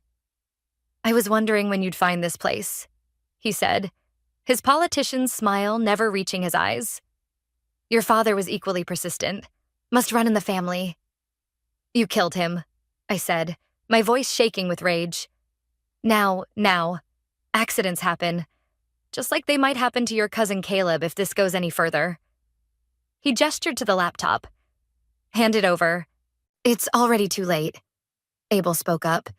"Everything's been uploaded to secure servers." The senator laughed. "Mr. Taylor, please. We both know that's not true. You're bluffing, just like you bluffed about having evidence against Connor." My blood ran cold. How did he know about that? "You've been watching us," Vivienne realized. "All along. Of course we have. Did you think Connor's confession was spontaneous?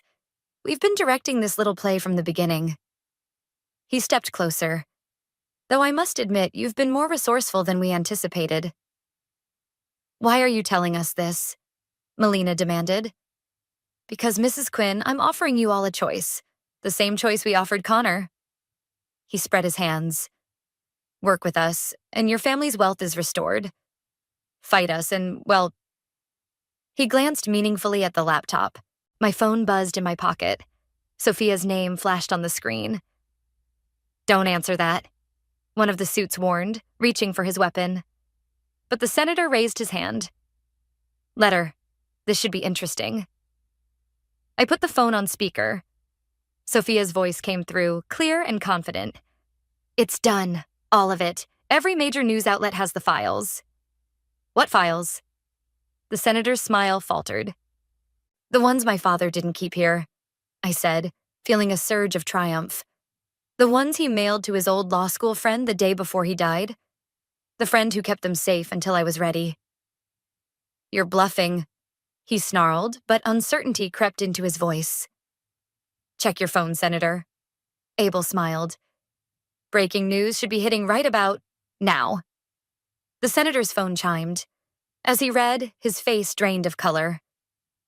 "Impossible," he whispered. "My father knew you'd find this place." I continued, strength flowing into my voice. "Knew you'd think you had won. That's why he made sure the real evidence was somewhere else. Somewhere even I didn't know about until Sophia decoded the message hidden in his letter." The suited men looked uncertainly at their boss, whose phone was now buzzing continuously. "Sir," one said urgently, "we need to go. Now." "This isn't over," the senator hissed, backing toward the door. "Actually, it is," came a new voice. Federal agents poured into the room, led by a woman I recognized from the news, the head of the FBI's white-collar crime division. "Senator Marcus," she said formally, "you're under arrest for conspiracy, obstruction of justice, and accessory to murder." As they led him away, he turned back to me. "You have no idea what you've done. The people I work for will be joining you shortly." The FBI agent cut in. "Ms. Quinn's father left quite a detailed trail. We've been building this case for years, waiting for the final pieces." Later, in my office, we watched the dominoes fall on every news channel. Politicians, business leaders, judges, all exposed by my father's hidden files. "He knew," Vivienne said softly. "He knew they'd kill him, so he made sure the truth would come out eventually." My phone buzzed. "Caleb. Just saw the news. Guards say I'll be released tomorrow. The evidence shows I was coerced. Sam, thank you." Another message followed from Margaret. "Meeting tomorrow? Think we need to revisit those contracts." "So what now?" Melina asked, looking around at our small group of conspirators. "Now," I said, pulling out fresh contracts. "We build something honest. Something worthy of my father's sacrifice." "And the family?" Vivienne asked quietly. I looked at Melina, thought of Caleb, even Uncle Connor. "We heal. Together." Abel raised an eyebrow. "Even Connor?" "He made his choices," I acknowledged. "But he also protected us in his own way. Maybe that counts for something." My phone buzzed one last time. An email from an unknown address. Inside was a video file. My father recorded the day he died. I knew you'd finish what I started. His voice filled the room. Remember, Samantha, true legacy isn't about money or power. It's about doing what's right, no matter the cost. I looked around at my unlikely team. My sister, my aunt, my friends. Together, we'd torn down a corrupt empire. Now came the harder part. Building a better one. He's gone. Vivian burst into my office, face flushed with panic. Caleb's disappeared with all the new business proposals.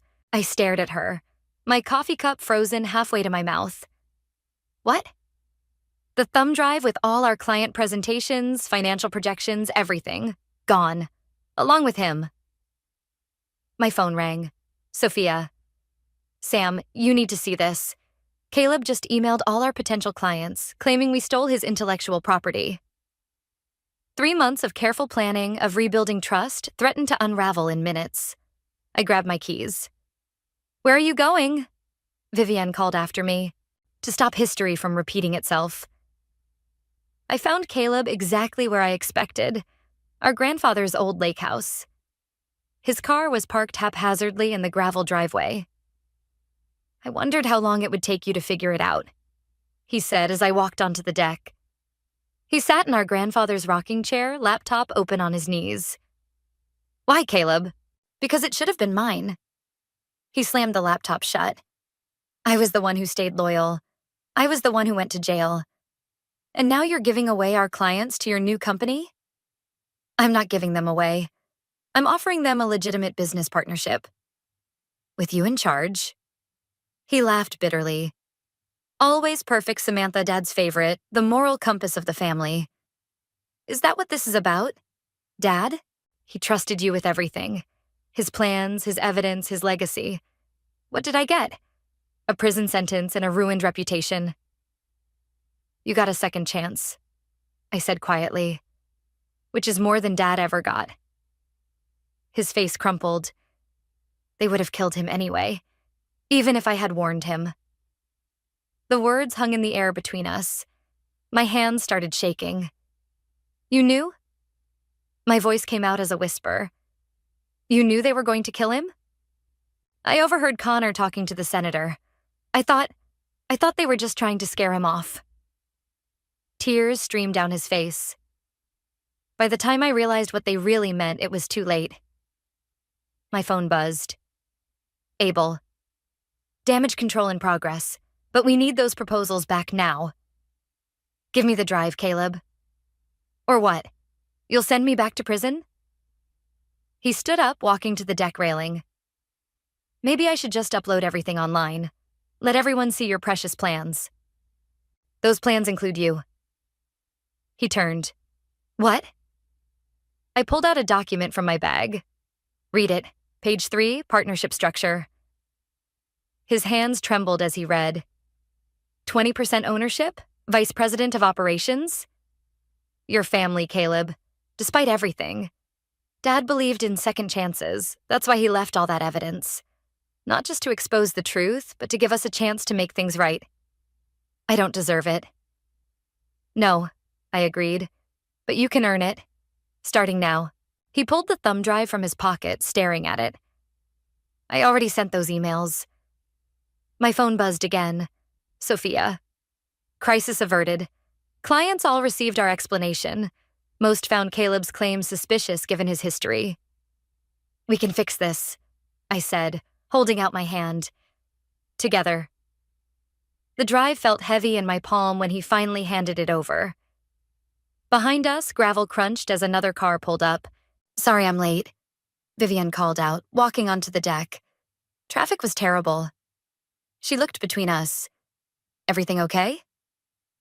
Getting there, I said. Caleb was just about to sign his partnership agreement.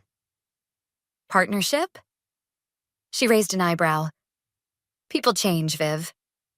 I pulled out a pen. Sometimes they just need a reason to. Later that evening, as we sat in my office reviewing the damage control strategy, Abel shook his head. You're either brilliant or crazy, he said. Possibly both. Giving him a stake in the company after what he did? She's being strategic, Vivienne defended. Keep your friends close. No, I interrupted. I'm being family. The right way this time. My phone lit up with a message from Melina. Heard about Caleb. Thank you for believing in him. Your father would be proud. I looked through my office window at Caleb, sitting with Sophia, earnestly explaining something to our clients via video conference. His shoulders were straight, his voice clear and confident. Second chances, I murmured, thinking of Dad's last video. That's what legacy really means. Abel gathered his things to leave. Big presentation tomorrow. You ready to show the world what honest business looks like? I smiled, watching my cousin, my sister, our team working together. More than ready, I said. We're just getting started. The conference room buzzed with anticipation as I stood at the podium, facing the largest gathering of business leaders our city had seen in decades. Camera flashes popped from the media section. Today, I began, we're not just launching a company. We're redefining what family business means. In the front row, Vivian gave me an encouraging nod. Beside her, Caleb sat straight-backed in his new suit, pride replacing his former shame. Melina dabbed at her eyes with a tissue. Quinn Enterprises was built on secrets, I continued, but Quinn Solutions is built on transparency. I clicked to the first slide, showing our revolutionary business model. Every transaction traceable, every deal ethical, every partnership meaningful. My phone vibrated in my pocket. A message from the prison. I ignored it. Uncle Connor could wait. Some of you knew my father, I said, my voice steady. He believed business could be both profitable and principled. He died defending that belief. Today, we prove him right. The presentation flowed perfectly. When I opened the floor for questions, Margaret stood first. As someone who worked with both Quinn Enterprises, she said, I have to ask, how can we be sure history won't repeat itself? Because of this, Caleb stood up, unscripted. May I, Sam? I gestured him forward, heart pounding. I was part of the old system, he said, his voice carrying clearly. I chose wrong. I hurt people. But standing here today, helping build something honest. He pulled out a folder. These are documents showing every illegal transaction I ever handled. I'm submitting them to the FBI voluntarily. Gasps rippled through the room. This wasn't part of our plan. My cousin offered me redemption. Caleb continued. Now I'm earning it. Complete transparency, starting with me. Cameras flashed frantically. In the back, Abel gave me a thumbs up. The questions flew fast after that. With each answer, I could feel the room's skepticism melting into genuine interest. By the time I announced our first major contract, a government infrastructure project with unprecedented public oversight, the energy was electric. One last thing, I said as the presentation wound down. Every employee in our company, from executives to entry level, will have profit sharing and voting rights on major decisions. Because true legacy isn't built by individuals. It's built by family, both blood and chosen. The applause was deafening. As reporters swarmed forward, my phone buzzed again. This time, I checked it. Ready to talk? Connor's message read, I have information about the senator's remaining allies. What do you think? I showed the message to Abel. Could be useful, he mused. But be careful. Actually, Vivian cut in, let me handle Connor. You've got something more important to do. She nodded toward the door, where Sophia stood with an elderly man I'd never seen before. Ms. Quinn, he said as I approached. I'm Robert Marshall, your father's law professor, the one he trusted with those files. My throat tightened. Thank you for keeping them safe, for waiting until the right time. Don't thank me, he smiled. Thank him. He knew exactly who you'd become. He handed me an envelope. He left this too, said to give it to you when you'd finished what he started. Inside was a single photo. Dad and me at my college graduation, both of us laughing. On the back, he'd written, The best legacy is the truth we leave behind. I'm so proud of you, baby girl. Sam, Caleb called out urgently. The governor's office is on the line. They want to discuss statewide infrastructure contracts. I tucked the photo into my jacket pocket, right over my heart. Professor Marshall, I said, would you like to see what your former student's legacy has become? He followed me back to where my team waited. Vivian coordinating with PR, Caleb on the phone with government officials, Sophia preparing contract documents, Abel reviewing legal details, Melina handling client relations. Your father once told me his biggest dream was to build something that would outlast him, Marshall said quietly. Something true. I watched my family, both blood and chosen, working together to create something honest, something real. He did, I replied. He built us. My phone buzzed one final time. A news alert. Quinn Solutions sets new standard for corporate transparency. I smiled, thinking of Dad's words in that last video. True legacy isn't about money or power. It's about doing what's right, no matter the cost. We'd paid the cost. Now we were claiming the legacy.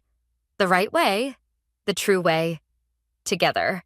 I never planned on becoming invisible in my own home. It happened gradually, like watching a photograph fade in the sun. The irony?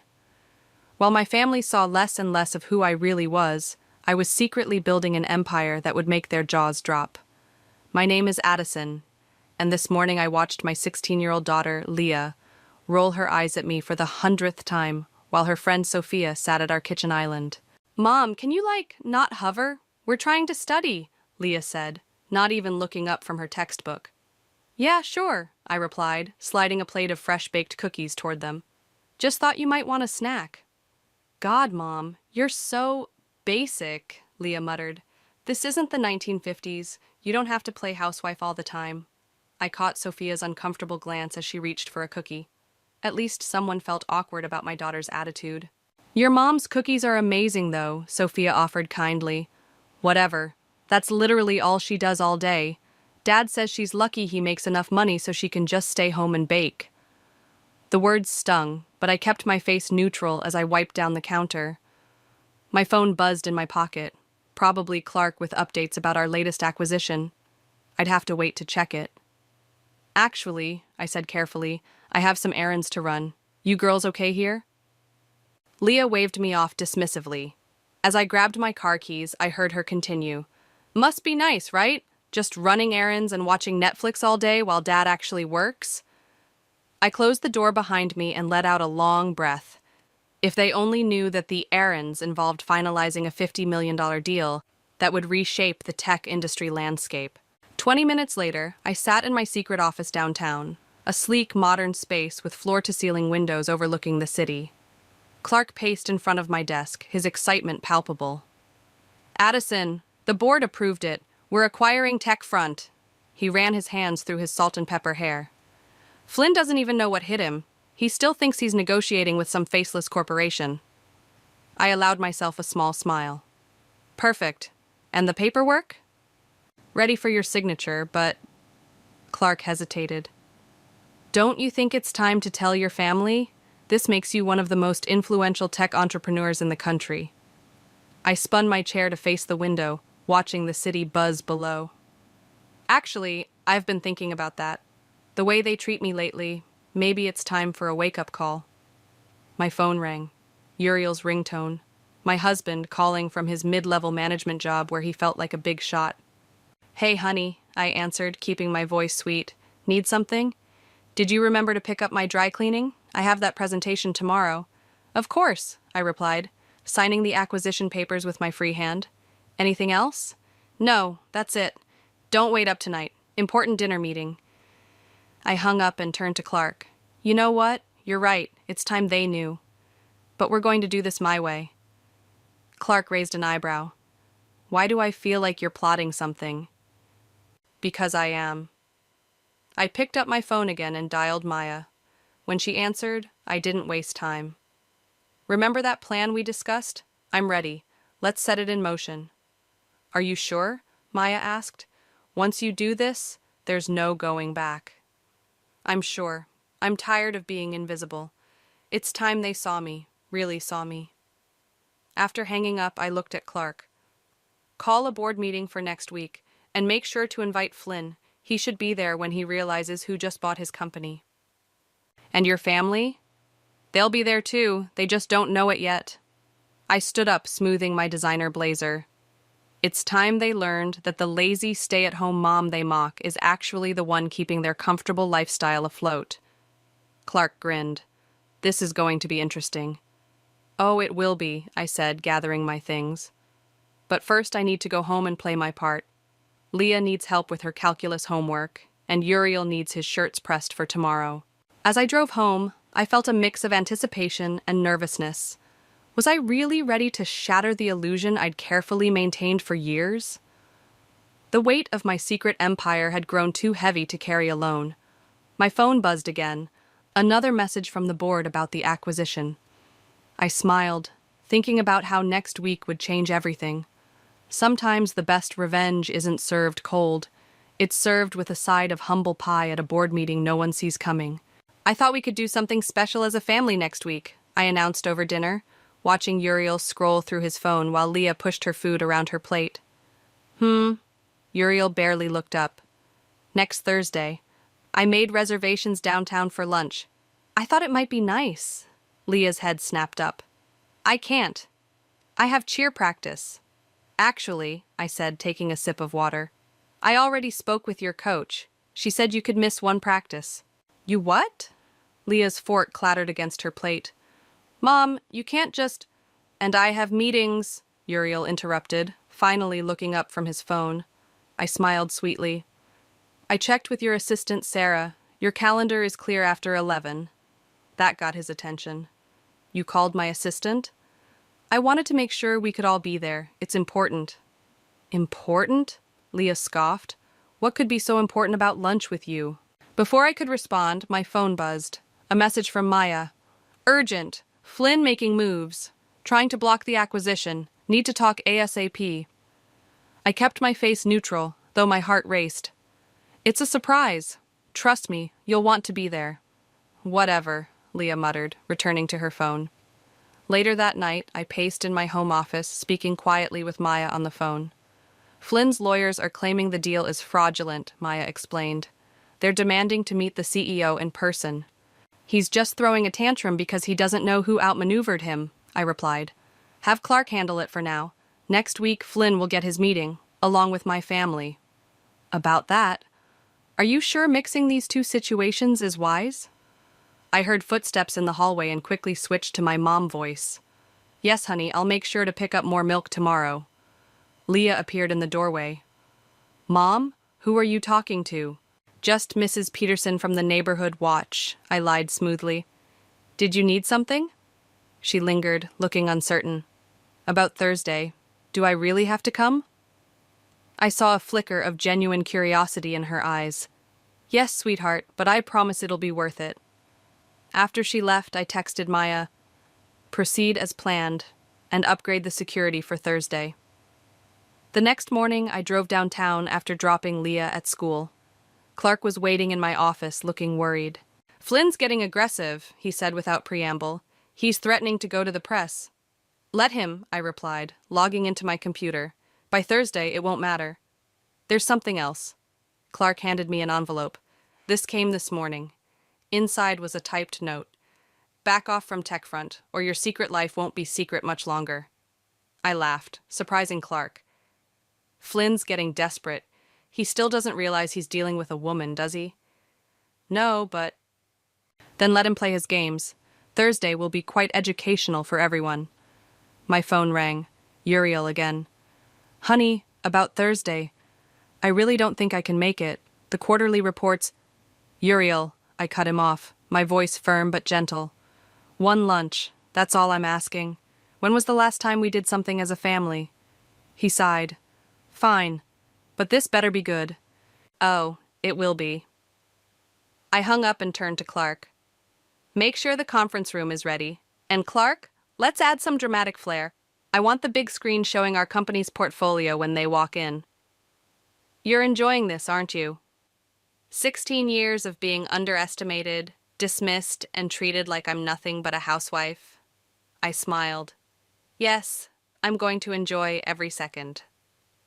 That evening, I overheard Leah talking to Sophia on the phone in her room. Mom's being weird. She's planning this mysterious lunch downtown. No, I have no idea what it's about. Dad thinks she's probably just lonely or something. I know, right? Like get a hobby or something. I closed my eyes, letting the words wash over me. Soon they would understand. Soon they would see. My phone buzzed with another threatening message. Last warning, walk away now. I typed back a single response. Looking forward to meeting you on Thursday, Flynn. Then I walked into the kitchen, put on my apron, and started baking cookies. The perfect housewife, preparing for her moment of truth. Let them think I'm nothing. Let them underestimate me one last time. Because on Thursday, the mask comes off. And nobody, not Flynn, not Uriel, not even Leah, is ready for what's behind it. Maya sat across from me in our favorite coffee shop, the same one where we'd first hatched the plan for my company 7 years ago. Remember when you walked in here furious because Uriel told you to stick to what you're good at after you suggested investing in tech stocks? I smiled, stirring my latte. He lost 50,000 that year in bad investments. I made my first million. While he thought you were taking cooking classes. Maya leaned forward. But Addison, are you ready for what this revelation might do to your family? The bell above the door chimed and Clark rushed in, looking flustered. Sorry I'm late. Flynn's lawyers are being relentless. They always get aggressive right before they lose, I said, sliding him a coffee. Remember that deal in 2019? How could I forget?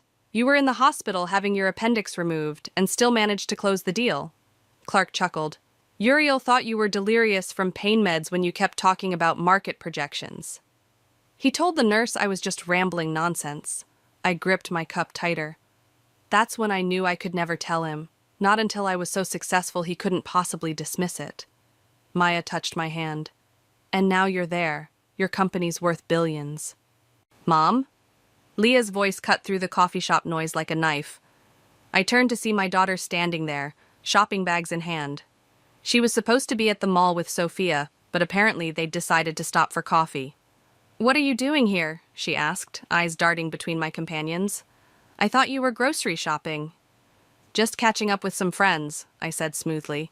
You remember Maya from the neighborhood barbecue last summer?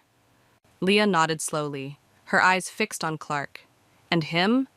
Clark, he's an old friend. Right. Leah's tone dripped with skepticism. Well, don't let me interrupt your...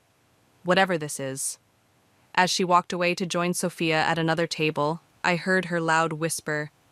She's being so weird lately. First the mysterious lunch, now secret meetings. Clark waited until she was out of earshot. She's suspicious. Good, I replied. Let her be curious. It'll make Thursday even more interesting. Maya's phone buzzed. Her eyes widened as she read the message. Flynn just called an emergency press conference for tomorrow morning. Perfect timing, I said, pulling out my laptop. Let's give him something to really talk about. I opened my email and drafted a quick message to our board members, copying Flynn's entire executive team. The subject line read, Special announcement, Thursday board meeting. Are you sure about this? Clark asked. Send it, I commanded, hitting the button. And make sure the media gets wind of it too. Flynn wants to play hardball? Let's play. Later that evening, as I prepared dinner, I found myself transported back to the day this all began. Uriel had laughed when I suggested investing our savings in a struggling tech startup. Stick to the grocery budget, honey, he'd said, patting my head like I was a child. Leave the real business to me. That night I'd called Maya, who connected me with Clark. Together we built something extraordinary, all while I maintained my facade of domestic bliss. Mom? Leah's voice pulled me from my memories. She stood in the kitchen doorway looking uncertain. About that coffee shop today, yes? You seemed different with those people, like you were talking about something important. I turned to face her fully. What makes you say that? I don't know. You just seemed more alive? Not like regular mom you. For a moment, I considered telling her everything right then. Instead, I said, Sometimes people are more than what we see on the surface, sweetheart. She rolled her eyes, the moment of insight gone. Whatever. Is dinner ready? I'm starving. My phone buzzed. A news alert about Flynn's upcoming press conference. Below it, a message from Maya. He's going to try to discredit the mystery buyer before Thursday. I smiled, chopping vegetables with renewed vigor. Let him try. He had no idea he was about to face off against the woman he'd dismissed as just another housewife at a charity gala 3 years ago. Mom? Leah called from the dining room. Dad's working late again. Of course he is, I muttered, then louder. That's fine, honey. More for us. As I served dinner, my phone lit up with another threat from Flynn. You can't hide forever. Tomorrow I expose everything. I typed back, looking forward to your press conference. Break a leg. Because tomorrow, Flynn would make his move. But Thursday? Thursday would be my checkmate. And my family would have front row seats to the show. Thursday arrived with the weight of destiny. I adjusted Uriel's tie in the elevator of my office building, playing the doting wife one last time. I still don't understand why we're having lunch here, he grumbled. The plaza would have been nicer. Leah stood in the corner, tapping away on her phone. This building's kind of impressive, though. Look at all these tech companies. 32nd floor, I announced as the elevator dinged. Follow me. Wait, Uriel stopped short, staring at the directory. This is the tech front acquisition floor. There's a huge meeting about that today. We shouldn't be here. I smiled, leading them down the hallway. Actually, we should. Security nodded at me as we approached the conference room. Through the glass walls, I could see Flynn pacing, his face red with anger. Board members filled the seats and reporters waited eagerly in the corner. Mom, Leah whispered, I think we're in the wrong place. We're exactly where we need to be. I pushed open the door and every head turned. Flynn froze mid-stride. What is this? Who let these people in? Clark stood up. Everyone, please welcome our CEO. The room fell silent. Uriel grabbed my arm. Addison, we need to leave. This is a private meeting. No, I said, shrugging off his hand. This is my meeting. Flynn's face contorted. You? You're the mystery buyer? The one who's been trying to take my company? Not trying, I corrected, walking to the head of the table. Succeeding. Leah's phone clattered to the floor. Mom? I pulled out the chair at the head of the table. Please, everyone, sit. We have a lot to discuss. This is ridiculous, Flynn sputtered. You're nothing but a housewife. I met you at the charity gala. Your husband works in middle management. Uriel's face flushed. Addison, what's going on? I nodded to Clark, who clicked a button. The screens around the room lit up with my company's portfolio, achievements, and acquisitions over the past 7 years. 7 years ago, I addressed the room, I started this company with a vision. While everyone thought I was taking cooking classes and running errands, I was building an empire. And today, that empire acquires TechFront. You're lying, Flynn snapped. This is impossible. I pulled out a folder. These documents say otherwise. Your board already approved the sale. They just didn't know who they were selling to. Reporters scribbled frantically. Cameras flashed. Leah had sunk into a chair, her face pale. But the cookies, she whispered. The carpools. The PTA meetings. I did it all, I said, my voice firm. I ran this company and maintained our home because that's what everyone expected of me. No one thought to look deeper because no one thought I was capable of more. Uriel stood frozen, his world visibly crumbling. All this time? Yes, I met his eyes. All this time. Flynn slammed his hands on the table. This is a setup. You can't possibly... The financials, I cut him off, sliding papers across the table.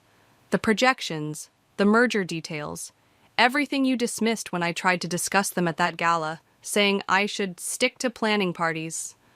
The board members examined the documents, nodding with approval. Flynn's face grew redder. You'll regret this, he hissed, storming toward the door. I'll fight it. Your board has already voted, Clark announced. It's done. As Flynn slammed the door behind him, I turned to my family. Leah's eyes were wide with shock and something else. Was it admiration? Mom, she started. Mrs. Davidson, a reporter interrupted. How did you manage to keep this secret for so long? I held up my hand. I'll answer questions later. Right now, I need a moment with my family. The board members and reporters filed out, leaving us alone in the massive conference room. The screens still displayed my achievements, casting a blue glow over our faces. All those times I called you lazy, Leah's voice cracked, when I told my friends you did nothing all day. Those words hurt, I admitted. But they also drove me. Every dismissive comment, every eye roll, every time you both treated me like I was nothing but a housewife, it fueled me. Uriel sank into a chair. The company I've been reading about in the papers, the mysterious tech giant everyone's been trying to identify. That was you? That was me. I stood tall, finally letting my power show. And now you know exactly who I am. The door burst open. Maya rushed in. Addison, Flynn's calling an emergency press conference. He's threatening to expose everything about your personal life. I smiled, feeling more alive than ever. Let him try. I'm done hiding. Looking at my stunned family, I added, we all have some catching up to do. Shall we have that lunch now? The private dining room felt smaller than usual with the weight of unspoken words hanging in the air. Leah pushed her salad around the plate while Uriel stared at his untouched steak. So, I broke the silence. Any questions? How much? Uriel asked quietly. How much are you worth? The company's valued at just over $4 billion. I took a sip of water. My personal net worth is around $1.2 billion. Leah's fork clattered against her plate. Billion? With a B? That vacation house in Aspen you wanted last summer? I continued. I own it. Actually, I own the whole development. But you said we couldn't afford it, Leah whispered. No, I said we shouldn't flaunt our money. There's a difference. Maya burst into the room, tablet in hand. Flynn's live on CNBC right now. I nodded to Clark, who grabbed the remote and turned on the dining room's wall-mounted screen. Flynn's red face filled the screen, his tie askew. This hostile takeover is a fraud, he was saying. This woman, this supposed CEO, she's nothing but a housewife playing businesswoman. Mute it, I commanded. Let him rant. The papers are signed. Mom, Leah leaned forward. All those times you were on the phone in your office? Board meetings, acquisitions, running a global company, and the cooking classes? Cover stories, though I did actually learn to make a decent soufflé. Uriel finally looked up. Why didn't you tell me? Really? I set down my fork. Remember when I suggested investing in that startup 7 years ago? You laughed and told me to stick to grocery shopping. I didn't mean... Yes, you did. I turned to Leah. And you? Mom's so basic. All she does is bake cookies. Dad's the only one who actually works. Leah's eyes filled with tears. I'm so sorry. The door burst open again. Addison, Clark interrupted. Flynn's making moves. He's calling in favors, trying to freeze our assets. I stood up, smoothing my blazer. Excuse me for a moment. Feel free to order dessert. Can I watch? Leah asked hesitantly. I paused, then nodded. Come on. We walked to my office, Uriel trailing behind. I sat at my desk, fingers flying over the keyboard while Clark and Maya coordinated with our legal team. Transfer everything to the offshore accounts, I commanded. Execute Protocol Delta. What's happening? Leah whispered to Maya. Your mom's about to show Flynn why you don't underestimate her, Maya replied with a grin. I picked up my phone, putting it on speaker. Hello, Flynn. You think you've won? He snarled. I'm freezing every account. Already moved, I cut him off. And while you were giving your little TV tantrum, my team acquired controlling interest in your private holdings. Check your personal accounts. Silence then. What did you do? The same thing you tried to do to me. Except I succeeded. I leaned back. Would you like to rethink that press conference? You can't. I can. I did. And Flynn, remember when you told me at that gala that I should stick to planning bake sales? I made cookies this morning. Would you like some? They're victory flavored. The line went dead. Leah stared at me, mouth open. Even Uriel looked impressed. Holy shit, Leah breathed. My mom's a badass. Language, I corrected automatically, then smiled. But yes, I am. Maya's tablet pinged. Flynn's retracting his statements. The board's releasing a statement supporting the acquisition. And that, I said, standing up, is how you close a deal. All those times I bragged about Dad's job, Leah said quietly. You were running this empire? While also making your lunch, helping with homework, and yes, baking cookies. I turned to Uriel. I never needed your money. I never needed anyone to take care of me. I just wanted respect. Uriel stepped forward. Addison, Mrs. Davidson? My assistant poked her head in. The press is requesting a statement. I looked at my family. Would you like to see what Mom actually does all day? Leah nodded eagerly. Uriel managed a weak smile. As we walked toward the press room, Leah grabbed my hand. Mom, those cookies you made this morning, were they really victory cookies? No, honey. I squeezed her hand. Those were, I love you even when you underestimate me cookies. The victory cookies are still in the oven at home. Speaking of home, Uriel said softly, I suppose that explains why you insisted on that state-of-the-art kitchen renovation last year. Actually, I smiled, that was just because I really do love baking. Being a CEO doesn't mean I can't also enjoy being a mom. I'm just done pretending that's all I am. The press room doors loomed ahead. Behind them, cameras waited to capture the moment the mysterious CEO finally showed her face. Ready? I asked my family. Ready, they answered, and this time, I believed them. The press conference was a blur of flashing cameras and rapid-fire questions. I stood at the podium, my family watching from the side, as I finally stepped into the light. Yes, I'm the CEO of Summit Technologies, I announced to the packed room. And yes, I'm also a mother and wife who bakes cookies and attends PTA meetings. Mrs. Davidson, a reporter called out, how did you manage to keep this secret for so long? Society's expectations made it easy, I replied. No one looks too closely at a housewife. Suddenly the door burst open. Flynn stormed in, flanked by his lawyers. This isn't over, he announced. We're contesting the acquisition. My lawyers have found irregularities.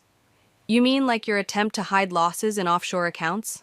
I interrupted, nodding to Clark, who projected documents onto the screen behind me. Or perhaps your creative accounting with the pension fund? Flynn's face went pale. How did you... I did my homework, Flynn. Every detail, every transaction, every skeleton in your corporate closet. I turned to the reporters. In fact, I have a complete dossier ready for anyone interested in the real story behind TechFront's management. You're bluffing, Flynn sputtered. I pulled out my phone and read, March 15th, meeting in Singapore. You diverted employee pension funds to cover personal losses. April 3rd, backdated contracts to hide. Stop! Flynn's lawyer grabbed his arm. We should discuss this privately. My office, I said coolly. 10 minutes. As they hurried out, Leah stepped forward. Mom, that was incredible. That was nothing, Maya chimed in. You should have seen her handle the Tokyo merger last year. Did it while making your Halloween costume? The robot costume? Leah's eyes widened. The one you said took you 3 weeks to figure out? It did. The merger took 4. I turned back to the reporters. Any other questions? How does your family feel about the revelation? All eyes turned to Uriel and Leah. My daughter surprised me by stepping up to the microphone. I feel ashamed, she said clearly. I underestimated my mom because she didn't fit my idea of what success looks like. But now I see that she's the most successful person I know, not just in business, but in life. The reporters scribbled frantically. I felt tears threatening but held them back. Mrs. Davidson, another reporter called. What about the threats Flynn made? Let's discuss those in my office, I replied. I believe Mr. Flynn and his lawyers should be waiting. As security cleared the room, Uriel touched my arm. Can we watch? I considered for a moment. Actually, yes. It's time you saw what I really do. In my office, Flynn and his lawyers sat nervously. I took my seat behind the desk, my family and team standing behind me. Here's how this will work, I began, sliding a document across the desk. You'll sign this agreement accepting the acquisition terms. In return, I'll keep your creative accounting practices private. You can't prove anything, Flynn's lawyer interjected. I pressed a button on my desk. A recording played, Flynn's voice clearly discussing the pension fund manipulation. That's illegal, Flynn shouted. So was recording it, his lawyer added.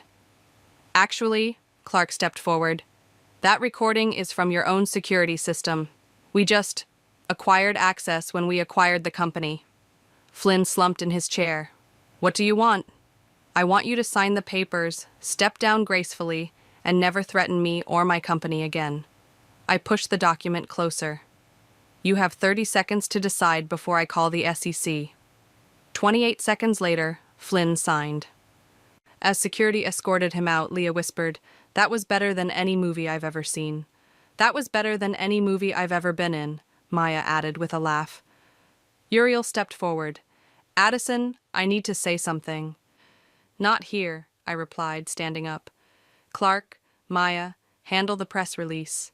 I'm taking my family home." In the elevator, Uriel tried again. "I've been such a fool." "Yes," I agreed. "You have. All these years, I thought I was supporting our family, but you were carrying us all while letting you believe you were in charge," I finished. "Yes." The elevator doors opened to the parking garage. "Let's go home," I said. "Those victory cookies should be cool enough to eat by now." As we drove home, Leah spoke up from the back seat. "Mom, can I help you bake something tomorrow?" "Of course, honey, but first I have a morning meeting with investors in Tokyo." "Can I watch that too?" I caught her eye in the rearview mirror and smiled. "Absolutely. It's time you learned that women can do anything, including running an empire while making the perfect chocolate chip cookies."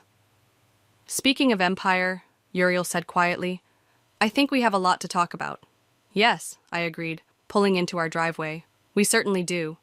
Back home, the familiar scent of cookies filled the air, but everything else felt different. Leah immediately pulled up news articles about me on her phone while Uriel paced the kitchen. "You're trending on Twitter," Leah announced. "People are calling you the cookie CEO and the stealth billionaire." "We need to talk," Uriel interrupted, his voice strained. "Really talk." I pulled the last batch of cookies from the oven. "Yes, we do." "I'll go to my room." Leah started to stand. "No," I said firmly. "You're part of this conversation too. Sit." We gathered around the kitchen island, the same spot where they'd dismissed me countless times. The irony wasn't lost on me. "How could you not tell me?" Uriel finally burst out. "We're married. We're supposed to share everything." "Share?" I laughed sharply. "Like how you shared your opinion that women don't understand business? Or how you shared your dismissal of every suggestion I made? That's not fair." "Not fair?" I slammed my hand on the counter, making them both jump. "You want to talk about fair? Let's talk about the night I closed my first major deal. I was on the phone in my office for hours, orchestrating a $100 million acquisition. Do you remember what you said when I came to bed late?" Uriel looked blank. "You said, 'If you're going to waste time chatting with your friends all night, at least keep it down.' Then you asked if I'd remembered to iron your shirts." Leah's eyes filled with tears. "Dad, you didn't—" "And you," I turned to her. "Remember last month when I missed your dance recital? You told everyone I was probably just watching soap operas and eating bonbons." "Mom, I'm so sorry." "I missed it because I was preventing a hostile takeover that would have cost 3,000 people their jobs. I watched the video of your performance during a board meeting break, hiding in my office bathroom so no one would see me cry because I couldn't be there." The silence that followed was deafening.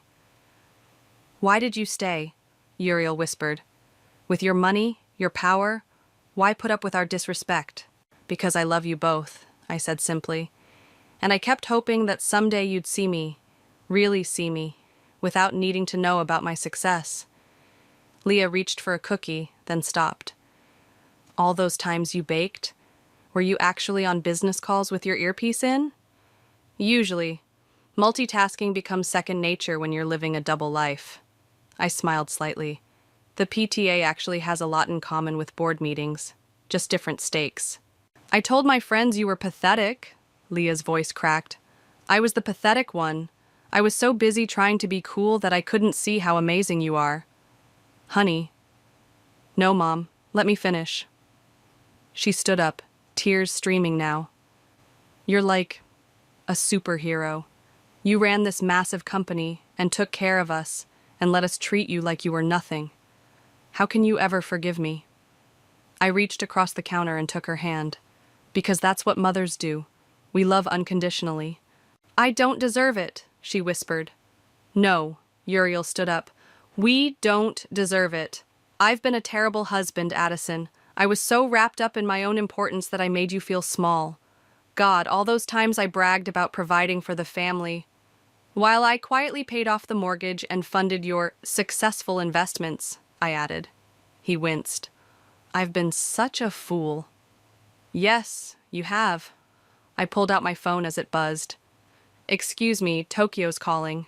They watched in awe as I switched to flawless Japanese, conducting a multi-million-dollar negotiation while sliding another plate of cookies their way. After I hung up, Leah spoke up. Will you teach me? Not just the business stuff, but how to be strong like you. And humble, Uriel added quietly. I have a lot to learn about that. I looked at my family, really looked at them. The arrogance was gone from Uriel's face, replaced by genuine remorse and admiration.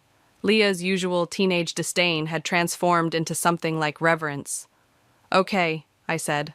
Let's start over, but this time we do it as equals. No more hiding, no more dismissing each other. Deal, they said in unison. My phone buzzed again, Clark with acquisition updates. But for once, it could wait. Right now, I had more important things to focus on. So, I smiled, who wants to learn how to make my famous victory cookies? Me? Leah jumped up. But can you tell us about the Tokyo deal while we bake? Of course. Uriel? He rolled up his sleeves. I'm ready to learn. Everything. And for the first time in years, we felt like a real family. One built on truth, respect, and maybe just a few $1 billion worth of cookies. The morning sun streamed through my office windows as I reviewed quarterly reports. A knock at the door made me look up. Come in, I called, smiling as Leah poked her head in. Hey, Mom. Ready for the presentation? Today marked Leah's first internship presentation at my company. She'd insisted on starting at entry level, wanting to earn her place rather than rely on nepotism. Just finishing up here. I closed my laptop. How are you feeling? Nervous, but good nervous. She smoothed her blazer, the one we'd picked out together. Dad's already in the conference room. The fact that Uriel now attended company events as a supportive spouse rather than the assumed breadwinner still felt like a small victory. We walked to the conference room together, passing Maya, who gave Leah a thumbs up. Inside, Uriel sat among the board members, looking proud but appropriately reserved. Good morning, everyone. I took my place at the head of the table. Today we'll be hearing project presentations from our summer interns. First up, Leah. She stood confidently, connecting her laptop to the projector. No one in the room except family knew she was my daughter. She'd insisted on using a different last name for the internship. Thank you, Mrs. Davidson, she began professionally. My team has identified several opportunities in the emerging AR market. As she presented, I caught Uriel's eye. He smiled, nodding slightly. We both remembered the day everything changed, when I'd revealed my secret empire. But this moment, watching our daughter command a room of executives, felt even more powerful. In conclusion, Leah finished, the projected ROI for this initiative is 47% in the first year alone. The room erupted in applause. Clark, sitting near the back, shot me a knowing look. Excellent work, I said, keeping my voice professional. Any questions? An older board member raised his hand. Just one. When can we start implementation? Leah blinked in surprise. You want to implement my proposal? It's solid, I replied. Unless anyone objects? The board's unanimous approval made Leah's face light up, but she maintained her composure, just like I'd taught her. After the meeting, we gathered in my office, me, Uriel, and Leah. The professional facades fell away. You crushed it! Uriel hugged Leah. That was amazing! Thanks, Dad. She turned to me. Mom, what did you really think? Honestly? I perched on my desk. Better than my first presentation, and you did it without hiding who you are. Speaking of hiding, Uriel said, pulling out a small box, we have something for you. Inside was a nameplate for my desk. It read, Addison Davidson, CEO, Mother, Cookie Connoisseur. Because you shouldn't have to be just one thing, Leah explained. Tears threatened, but I held them back. It's perfect, my phone buzzed. Flynn's old company was officially being merged with ours today, the last piece of that chapter falling into place. Mrs. Davidson, my assistant's voice came through the intercom. The press is here for the merger announcement. Ready for another press conference? I asked my family. Actually, Leah said, I baked cookies for it. Victory cookies. Your recipe. I raised an eyebrow. When did you have time? This morning before my presentation. I've learned from the best about multitasking. We walked to the press room together. No more secrets between us. The cameras flashed as we entered, but they didn't bother me anymore. I took my place at the podium, my family proudly by my side.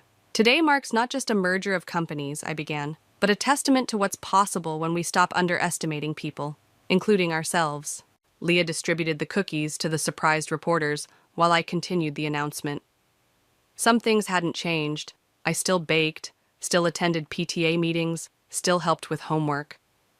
But now I did it all openly, proudly. After the press conference back in my office, Uriel asked, Do you ever regret waiting so long to tell us the truth? No, I replied, straightening my new nameplate. We all needed to grow into who we are now. You needed to learn humility.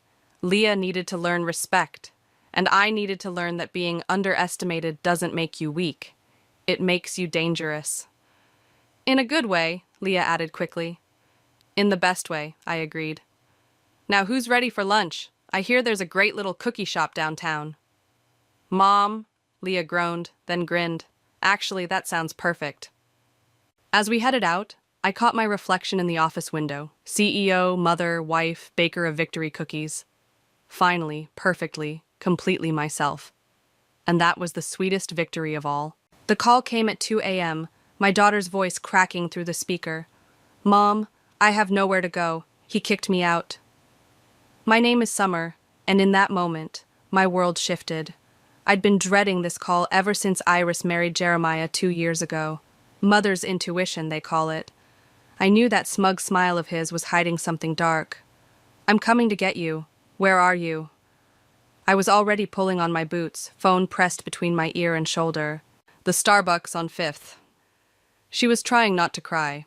I could hear it in her breathing, that careful control she'd learned from years of dance recitals and public speaking.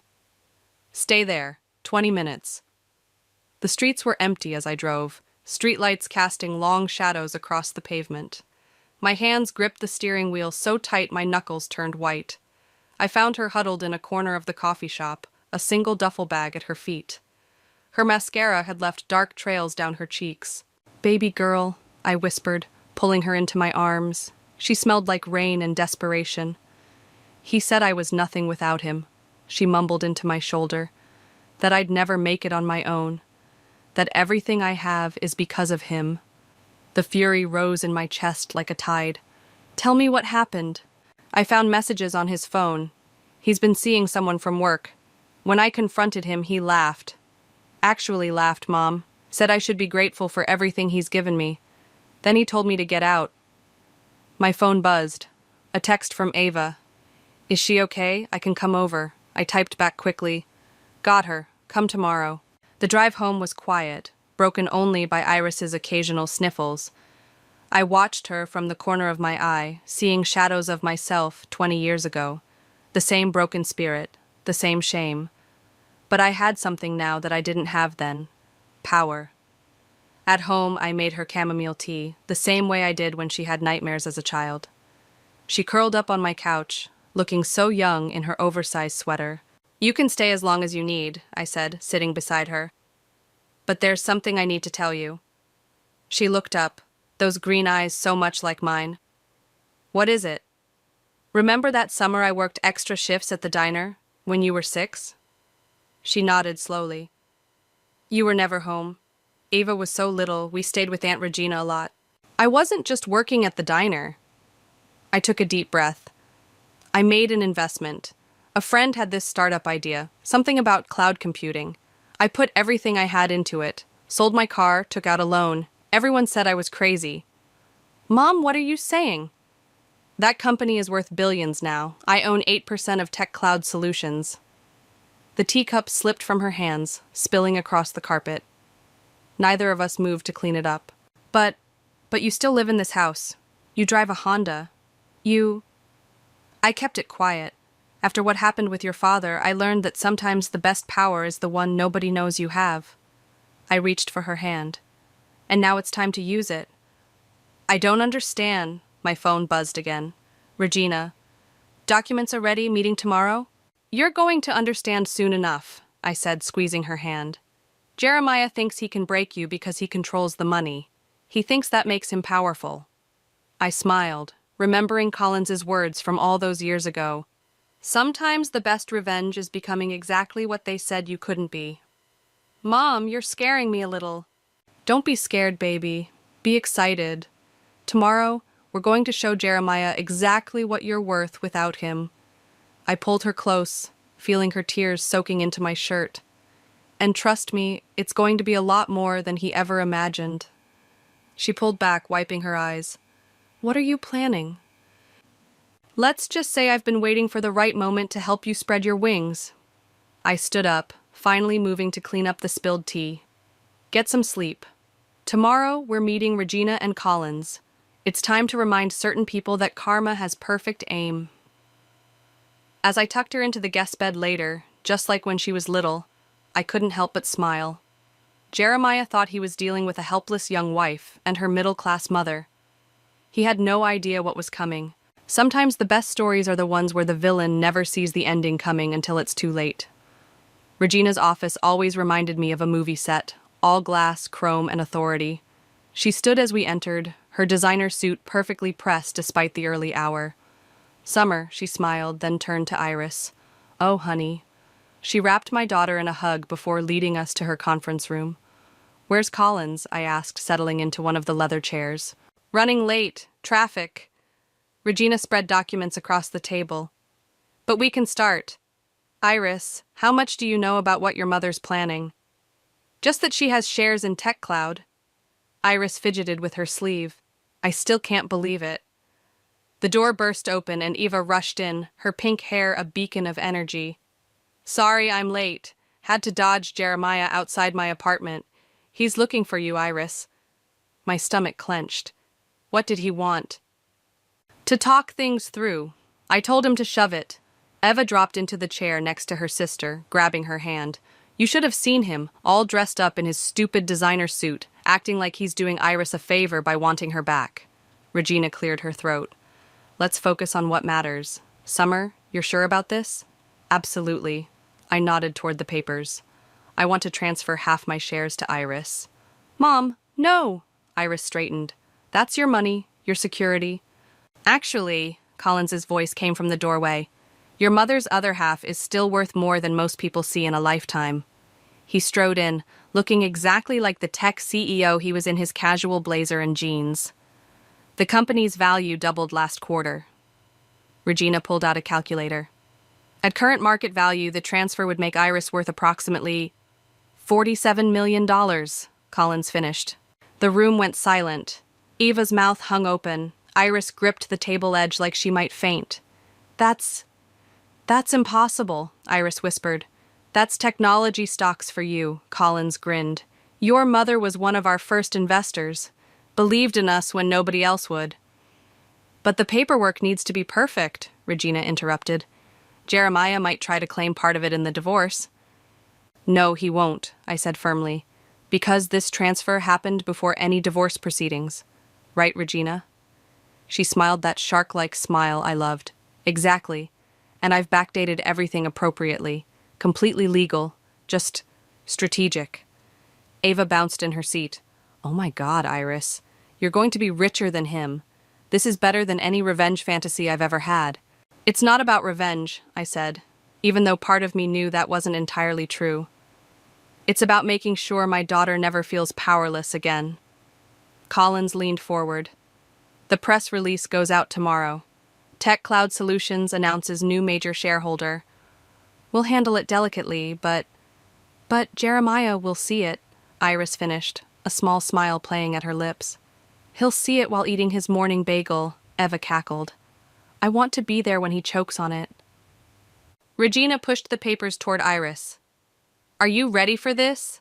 It's not just money, it's responsibility, publicity, power. Iris picked up the pen, her hand trembling slightly. Will you help me, all of you? Every step of the way, I promised. Then yes. She signed her name with surprising steadiness. I'm ready. One more thing, Collins added, sliding over a business card. I know a fantastic real estate agent. Let's get you a place of your own, something with good security. Eva squealed. Ooh, can I help decorate? Please tell me we're going for modern minimalist just to spite Jeremiah's Victorian obsession. For the first time since that 2 a.m. call, Iris laughed, really laughed. Actually, I was thinking Art Deco. Perfect, Regina smiled. Now, let's talk about the press strategy. Iris, you'll need media training. My phone buzzed. A text from Jeremiah. Summer, tell Iris to stop being childish and come home. This is embarrassing. I showed it to Regina, who smirked. Oh, he has no idea what embarrassing feels like. Yet. As the others discussed interview techniques and investment strategies, I watched my daughter. Her spine was straightening, her voice growing stronger with each passing minute. The broken girl from last night was transforming before my eyes. Collins caught my eye and nodded slightly. He understood. He'd seen the same transformation in me 2 decades ago. Sometimes the best way to heal isn't just to survive, but to thrive so spectacularly that the past becomes nothing but a stepping stone. Mom? Iris's voice pulled me back. Thank you. Not just for this, but for showing me what strength really looks like. I squeezed her hand, feeling Eva's arms wrap around us both. Just remember, I said softly, the best revenge isn't just success, it's success with grace. But looking at Jeremiah's text again, I had to admit, the success part was going to be pretty satisfying too. The doorbell rang at exactly 7:30 p.m. I knew it was Jeremiah before I opened the door, only he would show up at dinner time expecting the world to accommodate his schedule. Where is she? He didn't wait for an invitation, trying to push past me into the house. I blocked his path. Not here. Don't lie to me, Summer.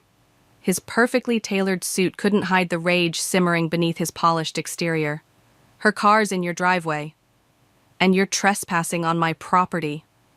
I kept my voice steady, remembering Collins's warning about staying calm and documenting everything. My phone was already recording in my pocket. I know what you're doing, he snarled, stepping closer, filling her head with ideas about independence. She needs me. She's nothing without... Careful, I interrupted. You might want to think very carefully about your next words. He laughed, that same dismissive laugh Iris had described. Or what? You'll call the police? On me? Do you know who I am in this town? Do you know who I am? That threw him for a moment. I saw uncertainty flicker across his face. You're a waitress who got lucky with a house inheritance, he sneered, recovering. Don't pretend. Mom? Eva's voice came from behind me. Everything okay? Regina's on the phone, wants to know if we should call security. Jeremiah's face reddened. You've got her sister involved now, too. This is a private matter between me and my wife. Soon-to-be ex-wife, Eva shot back. And unlike you, we actually care about Iris. This is ridiculous. He pulled out his phone. I'm calling my lawyer. Good idea, I smiled. I'm sure Pierce would love to explain tomorrow's news to you early. That stopped him cold. What news? You'll find out soon enough. I started closing the door. Now get off my property before I press charges for harassment. This isn't over, he growled, but he was already backing away. Tell Iris she's making a huge mistake. The only mistake she made was marrying you, Eva called after him. Once he was gone, I let out a breath I didn't know I'd been holding. Eva hugged me tight. That was badass, Mom. My phone buzzed. Collins calling. Summer, security cameras caught everything. Want me to send a team to watch the house? No need, I replied, watching Jeremiah's car disappear down the street. But save that footage. Already done. How's Iris holding up? At the new apartment with Regina, preparing for tomorrow. I closed the front door, double-checking the locks. Remember when we first met? When I was just a waitress with a crazy idea about investing in your startup? He chuckled. You weren't just a waitress. You were the only person who read my entire business plan and asked actual intelligent questions. That's why I offered you shares instead of just taking your money. Jeremiah just called me a waitress who got lucky. Well, Collins's voice hardened. He's about to learn how wrong he is. The press release goes live at 9 a.m. Regina's got 3 interviews lined up for Iris next week. The story of a young woman breaking free and becoming a tech industry power player? The media's going to love it. Eva, who was listening on speaker, grinned. Can we please record his reaction when he sees it? Actually, Collins said, I have something better. My assistant just forwarded me an interesting email. Seems Jeremiah's been embezzling from his firm. Not much, but enough to raise eyebrows if anyone were to look closely. My stomach dropped. Collins, no, we're not going there. Mom's right, Eva said. We need to be better than him. Fine, Collins sighed. But I'm keeping the information just in case. After hanging up, I found myself staring at an old photo on my wall, Iris at her wedding, beaming up at Jeremiah. She looked so hopeful, so certain of her future. My phone buzzed again, a text from Jeremiah. You have no idea what you're starting. Back off now, or everyone will know what really happened in Seattle 15 years ago. Eva read the text over my shoulder. Mom? What's he talking about? I felt the blood drain from my face. Nothing. An old story. It doesn't matter. But my hands were shaking as I typed a response to Collins. We need to talk. About Seattle. Eva touched my arm. Mom, you're scaring me. It's nothing, I repeated, but even I didn't believe it anymore. Just old ghosts. My phone lit up with Iris's face. Mom, Regina just showed me the final press release. Are you sure about this? Once it goes public? I'm sure, I said, pushing Seattle to the back of my mind. Are you? Yes, she said firmly. I'm ready to show him who I really am. I ended the call, trying to ignore the growing knot in my stomach. Tomorrow would change everything. I just hoped the past stayed where it belonged. But Jeremiah's text glowed ominously on my screen, a reminder that some secrets refuse to stay buried. The news broke like a tsunami. By 9:15 a.m., Iris's phone wouldn't stop ringing, and my social media was flooded with friend requests from people I hadn't heard from in decades. Look at this. Eva thrust her phone at us over breakfast in Iris's new penthouse apartment. Unknown waitress's daughter becomes tech industry power player overnight. They're calling you a modern Cinderella story, sis. Iris barely looked up from her laptop. Regina says to ignore the press for now. Focus on the shareholders meeting next week. Smart girl, Collins said, walking in with fresh coffee. But you might want to look at this one. He turned on the TV, where Jeremiah's face filled the screen. My wife is going through a difficult time, he was saying to a reporter outside his office. These recent business developments are concerning, and I'm worried about her mental state. I just want her to come home so we can work things out. Eva threw a muffin at the TV. Mental state? Are you kidding me? It's a classic move, Regina said, entering with a stack of papers. Trying to paint her as unstable to discredit her, but we're ready for that. She handed Iris a document. Your statement for the press conference this afternoon. Press conference? I asked, alarmed. Mom, we talked about this, Iris said gently. I need to show I'm capable and confident. No hiding. My phone buzzed. Another text from Jeremiah. Last chance, Summer. Seattle. Think about it. Collins caught my expression. Everything okay? Fine, I lied, deleting the message. Just nervous about the press conference. The elevator dinged and Pierce, our lawyer, strode in. We've got a problem. Jeremiah's filing for an emergency hearing, claims Iris is being manipulated and demands a psychiatric evaluation. He what? Iris stood so quickly her chair toppled backward. It won't stick, Regina assured her. But we need to respond quickly. Pierce, draft a counter motion. Eva, get those photos of Jeremiah threatening your mom last night. Collins, we need the security footage. Already uploading, Collins nodded. My phone rang, an unknown number. When I answered, the voice was familiar, though I hadn't heard it in 15 years. Summer? We need to talk about Seattle.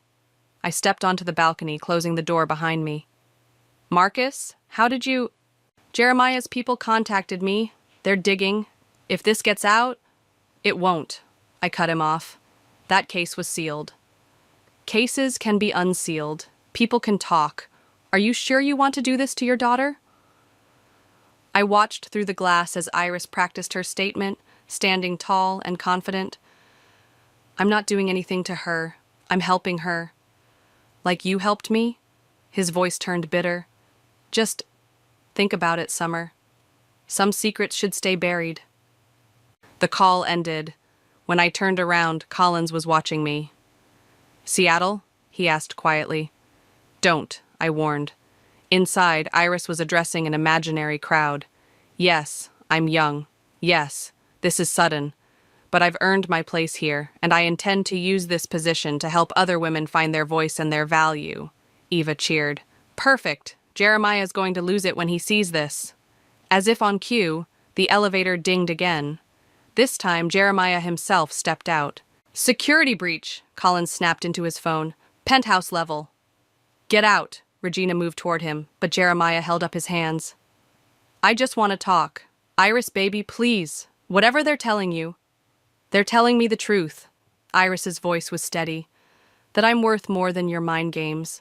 That I deserve better than your lies. Lies? He laughed that horrible laugh again. Ask your mother about lies. Ask her about Seattle.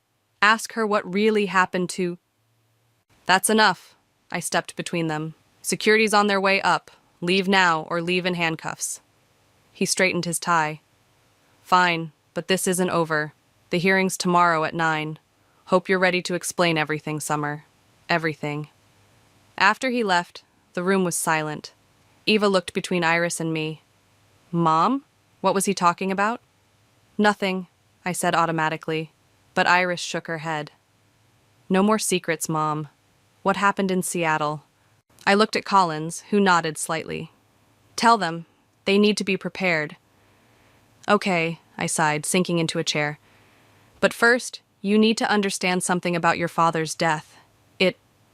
It wasn't exactly an accident. The room grew very quiet.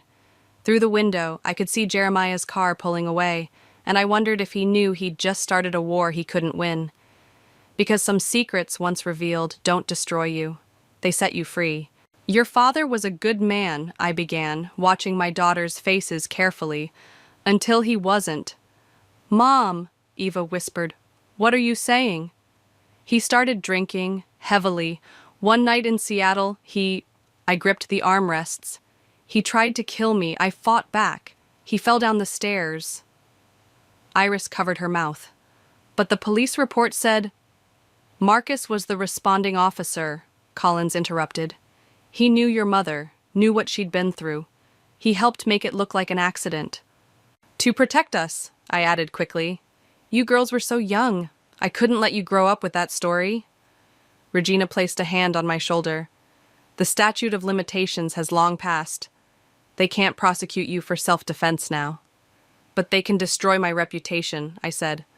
And yours, Iris. Daughter of killer takes control of tech giant. Jeremiah knows exactly what he's doing. Let him try. Eva stood up, fierce and protective. Mom, you protected us then. Let us protect you now. The elevator dinged again. This time Pierce rushed in, waving papers. Emergency hearing's been moved up. Judge wants to see everyone in an hour. What? Regina grabbed the documents. They can't do that.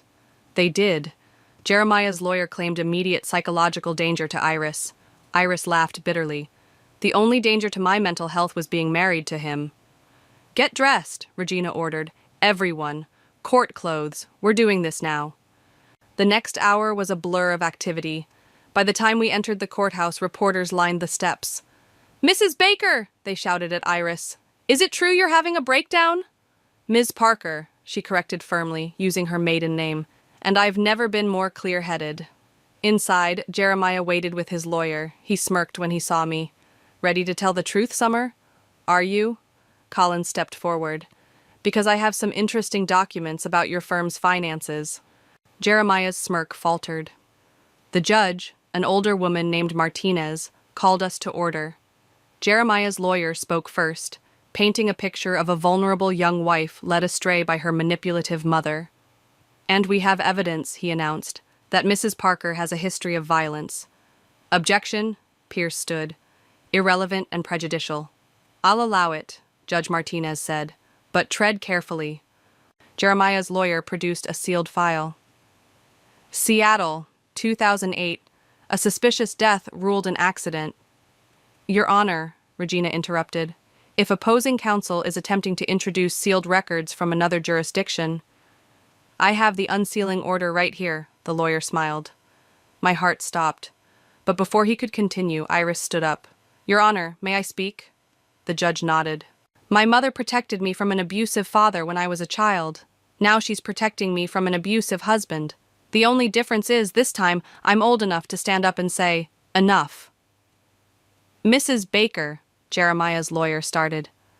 Ms. Parker, Iris corrected again, and I'm not finished. You want to talk about mental stability? Let's talk about how my husband threatened my mother yesterday. How he's trying to use a 15-year-old tragedy to maintain control. How he told me I was worthless without him. She pulled out her phone, playing the security footage from her mother's house.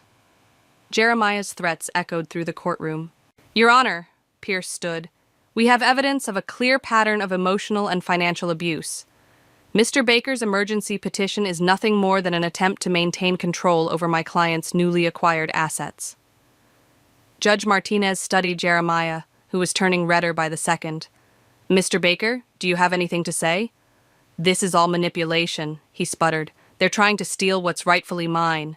Nothing was ever yours, Iris said quietly. That's what you never understood. The judge removed her glasses. I've heard enough. Petition denied. Furthermore, I'm issuing a temporary restraining order against Mr. Baker, 300 feet from both Ms. Parker and her mother. This isn't over, Jeremiah stood up, pointing at me. I'll make sure everyone knows what you did. Mr. Baker, Judge Martinez's voice cracked like a whip. One more word and you'll be held in contempt. Bailiff, please escort him out. Outside, the reporters waited, but this time Iris was ready. Yes, my mother killed my father, she announced clearly. She did it defending herself from a drunk man trying to murder her. She did it protecting her children, and now she's helping me protect myself. That's not manipulation, that's love. The cameras flashed as Jeremiah was led out a side door, his face twisted with rage. Well, Colin said quietly, I guess Seattle's not a secret anymore. No, I agreed, watching my daughter stand tall before the press. But neither is her strength. Eva squeezed my hand. You okay, Mom? I nodded, feeling lighter than I had in 15 years. Sometimes the truth hurts less than the secrets we keep to protect it. But as we left the courthouse, I couldn't shake the feeling that Jeremiah had one more card to play, and knowing him, it would be his cruelest move yet. We should call it Phoenix Rising, Eva suggested, sprawled across Iris's new office couch. 2 weeks had passed since the courthouse showdown, and we were brainstorming names for Iris's foundation. Too cliché, Regina said, not looking up from her laptop. We need something stronger. Iris paced by the floor-to-ceiling windows. What about the Worth Project? Simple, direct. I like it, I nodded, but before I could say more, Collins burst into the room. Turn on the news. Now. Regina grabbed the remote. Jeremiah's face filled the screen, standing at a podium. My heart breaks for my wife, he was saying, his voice trembling perfectly. First, the trauma of losing her father so young, then being raised by the woman who killed him.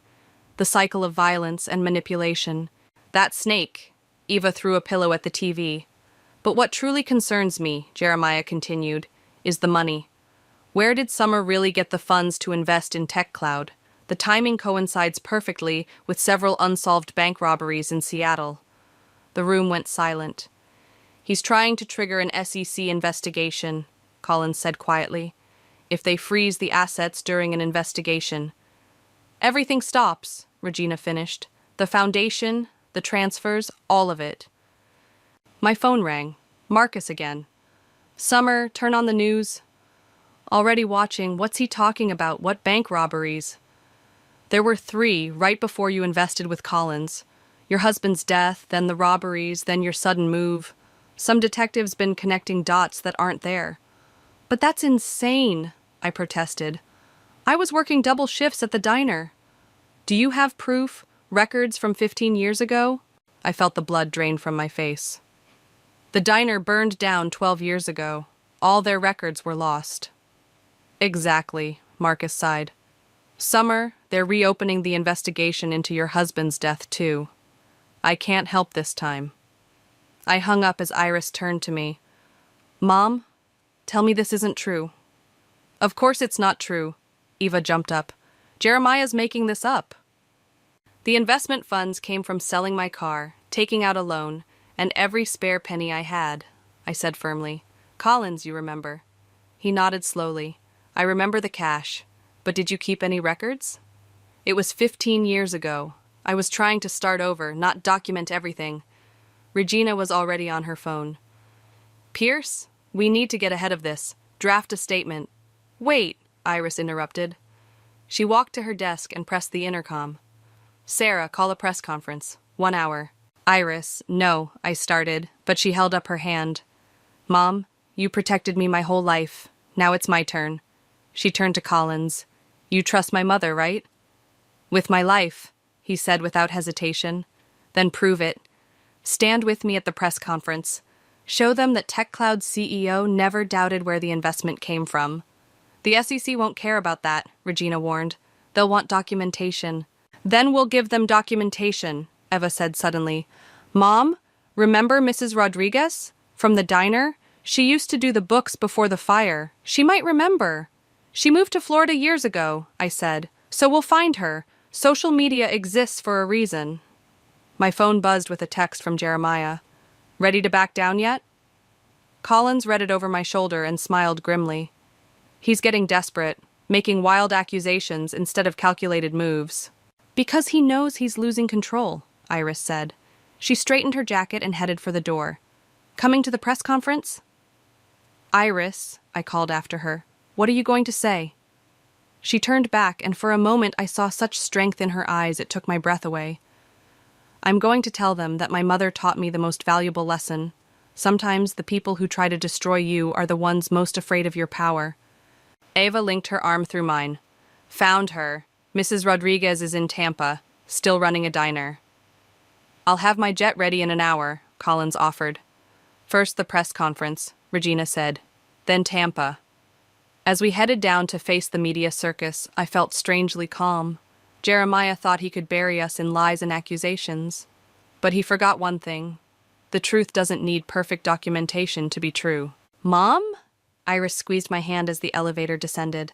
Whatever happens, I want you to know something. Everything I am, everything I'm becoming, it's because you showed me how to rise from the ashes. Speaking of rising, Eva grinned, I still vote for Phoenix Rising. We all laughed, and for a moment, the weight of Jeremiah's accusations lifted. He could throw all the mud he wanted. Some things are simply unshakable, like the truth, like family, like love. But as the elevator doors opened to a sea of flashing cameras, I saw him standing there, smirking. And I knew this battle was far from over. The Tampa diner looked exactly like the one I used to work in, right down to the neon "open" sign flickering in the window.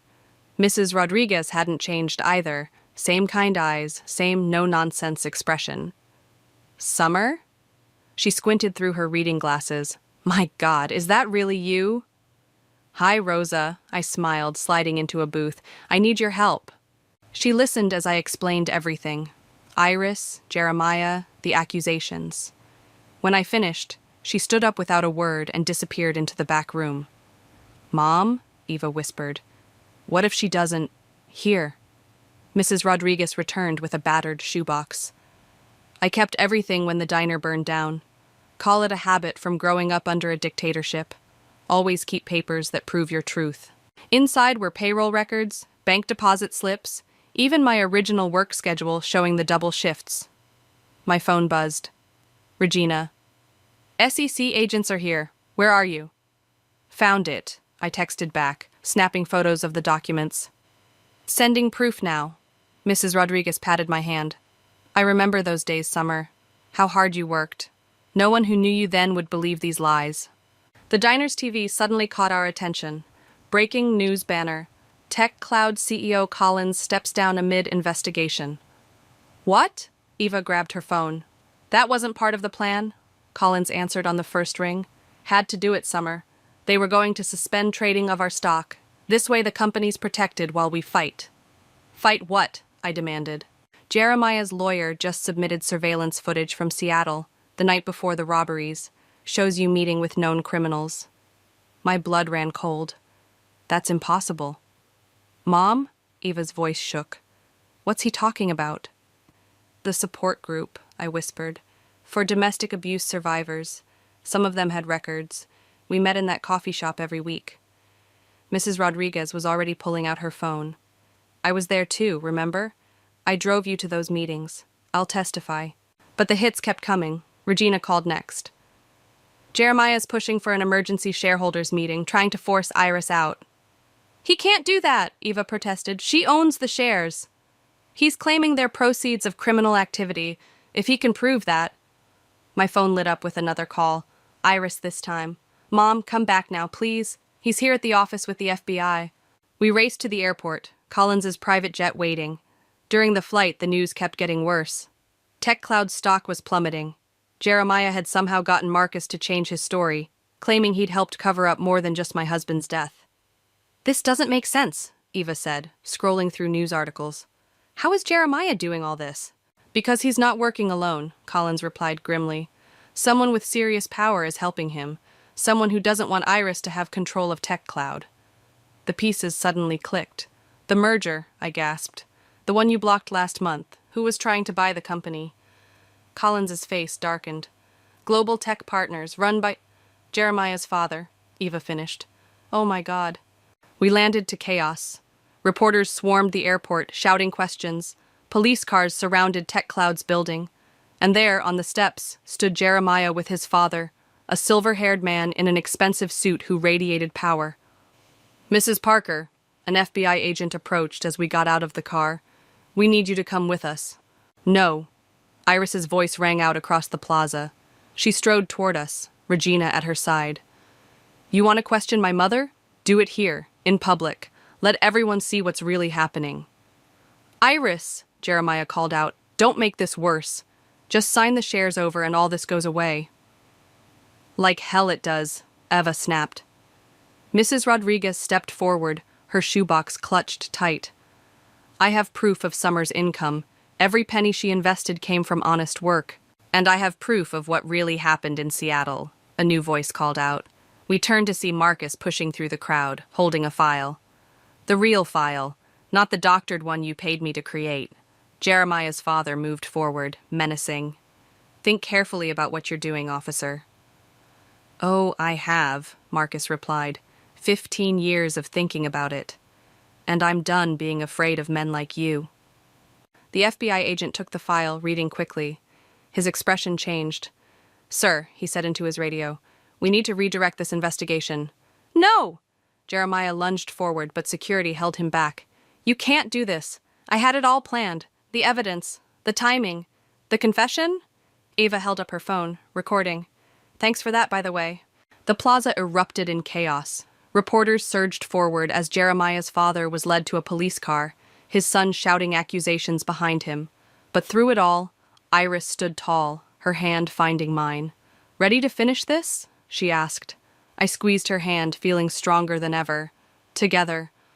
Because sometimes karma needs a little help, and sometimes justice wears a pantsuit and carries a shoebox full of truth. The Worth Foundation proudly announces its first grant recipients, Iris read from the podium, her voice strong and clear. The auditorium was packed with journalists, business leaders, and most importantly, women ready to rebuild their lives. I sat in the front row between Eva and Mrs. Rodriguez, who'd moved back to help run the foundation. Behind us, Collins and Regina exchanged proud smiles. Each of these 10 women has a story, Iris continued. of being told they weren't enough, of being controlled, diminished, erased. Today, they begin writing new stories. My phone buzzed with a news alert. Former tech CEO pleads guilty in corporate conspiracy case. Jeremiah's father's face filled the screen, followed by a smaller photo of Jeremiah being led into court. Ava peeked at my phone and whispered, "Karma's got amazing timing." Our first recipient, Iris announced, is opening a chain of diners that will employ and train survivors of domestic violence. The idea came from my mother's story, how a simple diner job became the foundation of a new life. Mrs. Rodriguez squeezed my hand as the young woman walked onto stage, beaming. Our second recipient is launching a financial literacy program for women leaving abusive relationships, because knowledge isn't just power, it's freedom. One by one, the women took the stage, each story different, each dream unique, but all sharing that same fire I'd seen grow in Iris's eyes. And finally, Iris smiled, I'd like to announce that TechCloud will be matching every grant, dollar for dollar. Because when women support women, mountains move. The applause was deafening. As people began mingling afterward, Collins approached with a tablet. "Stock's up 40% since the announcement," he grinned. "Turns out ethical leadership is good for business. Who knew?"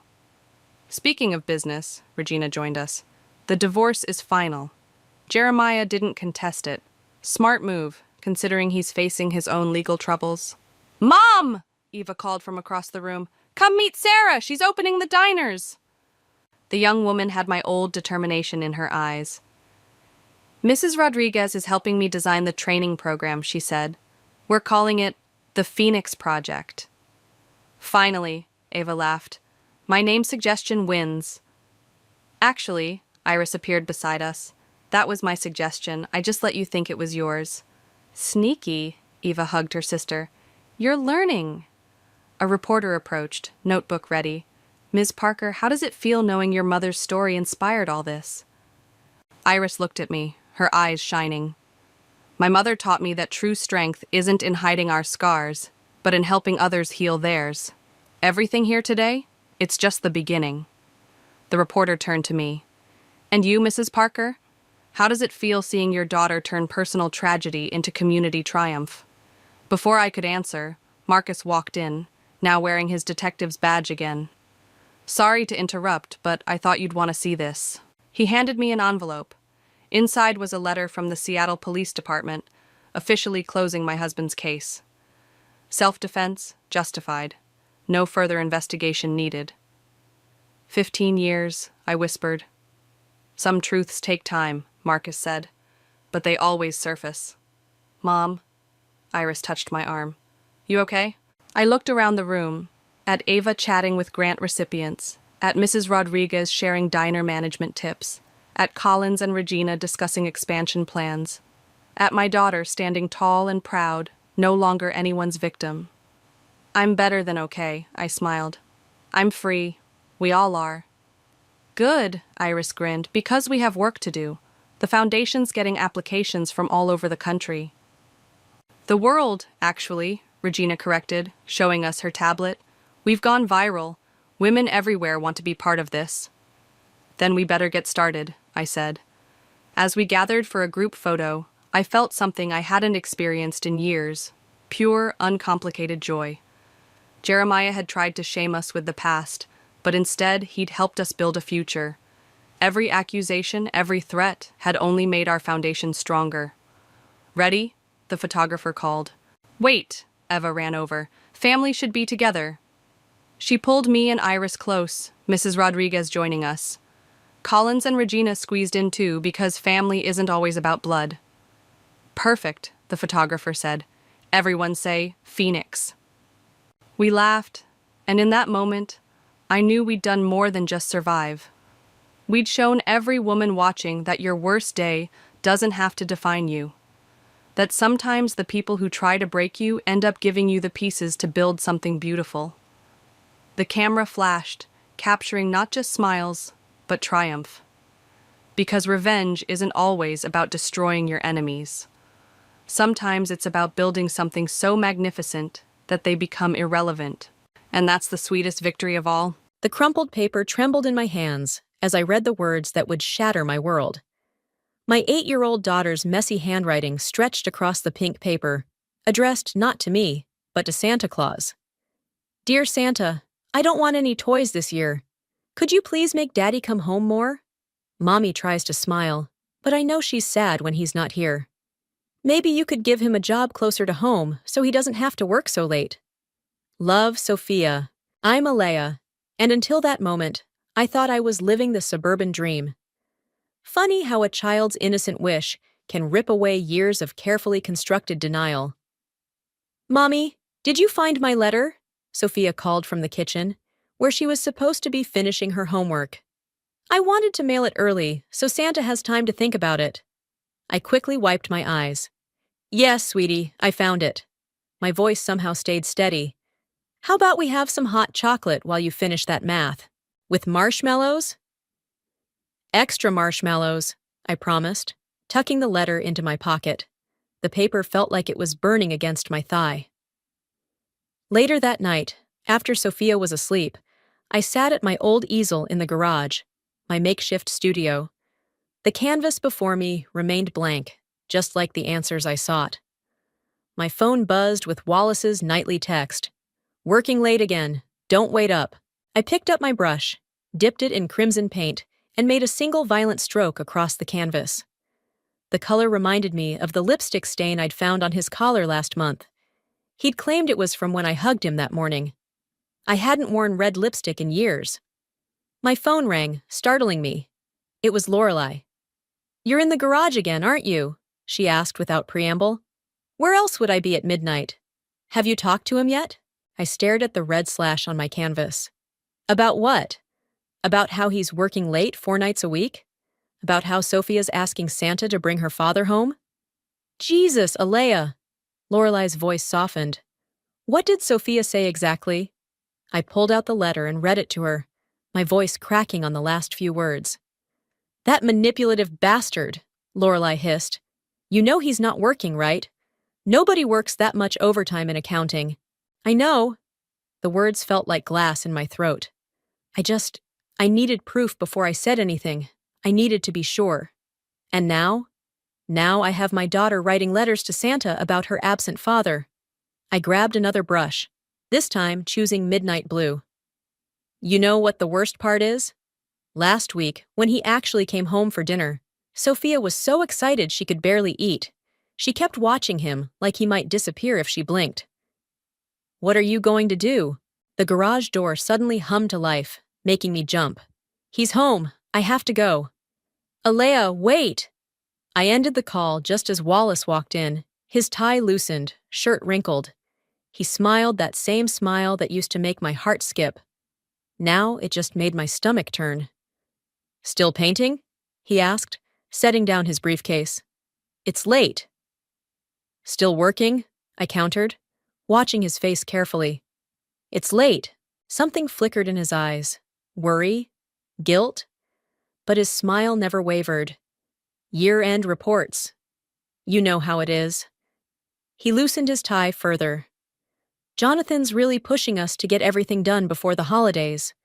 I thought about Sophia's letter, about the lipstick stain, about all the missed dinners and school events, about the way he always smelled like fresh cologne when he came home late, as if he'd just applied it. How is Jonathan? I asked casually, cleaning my brush. Sophia's been asking about the company picnic. Remember last year when he gave her that giant teddy bear? Wallace's hand paused on his briefcase. Oh, he's good. Busy, you know. Actually, he's been out of town a lot lately. I nodded slowly, remembering the conversation I'd had with Jonathan's wife at the grocery store just yesterday, where she'd mentioned how nice it was having him home more since his surgery last month. I'm heading up to bed, Wallace said, already turning away. Don't stay up too late. I watched him go, my hand clenching around Sophia's letter in my pocket. The red slash across my canvas seemed to pulse in the dim garage light, like a warning sign I'd been ignoring for too long. Don't worry, I whispered to the empty garage. I won't. The art gallery buzzed with the kind of energy I hadn't felt in years. Paintings lined the pristine walls, each one competing for attention, but I couldn't take my eyes off the visitor log I'd just discovered at the reception desk. "Can I help you find anything?" The gallery assistant smiled politely. "No, I'm just—" My voice trailed off as I spotted a familiar signature. Wallace's distinctive scrawl, dated just 3 days ago. Another night, he was supposedly working late. "Are you an artist?"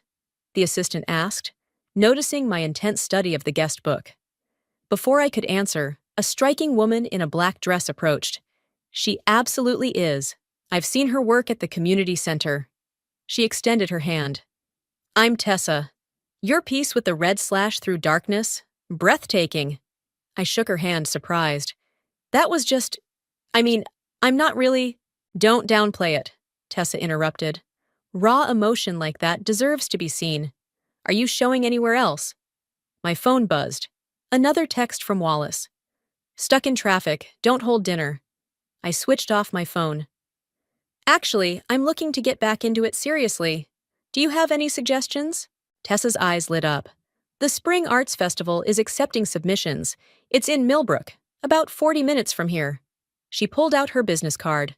"I'm on the selection committee. Send me your portfolio." Millbrook, the same town Wallace claimed his new client was in.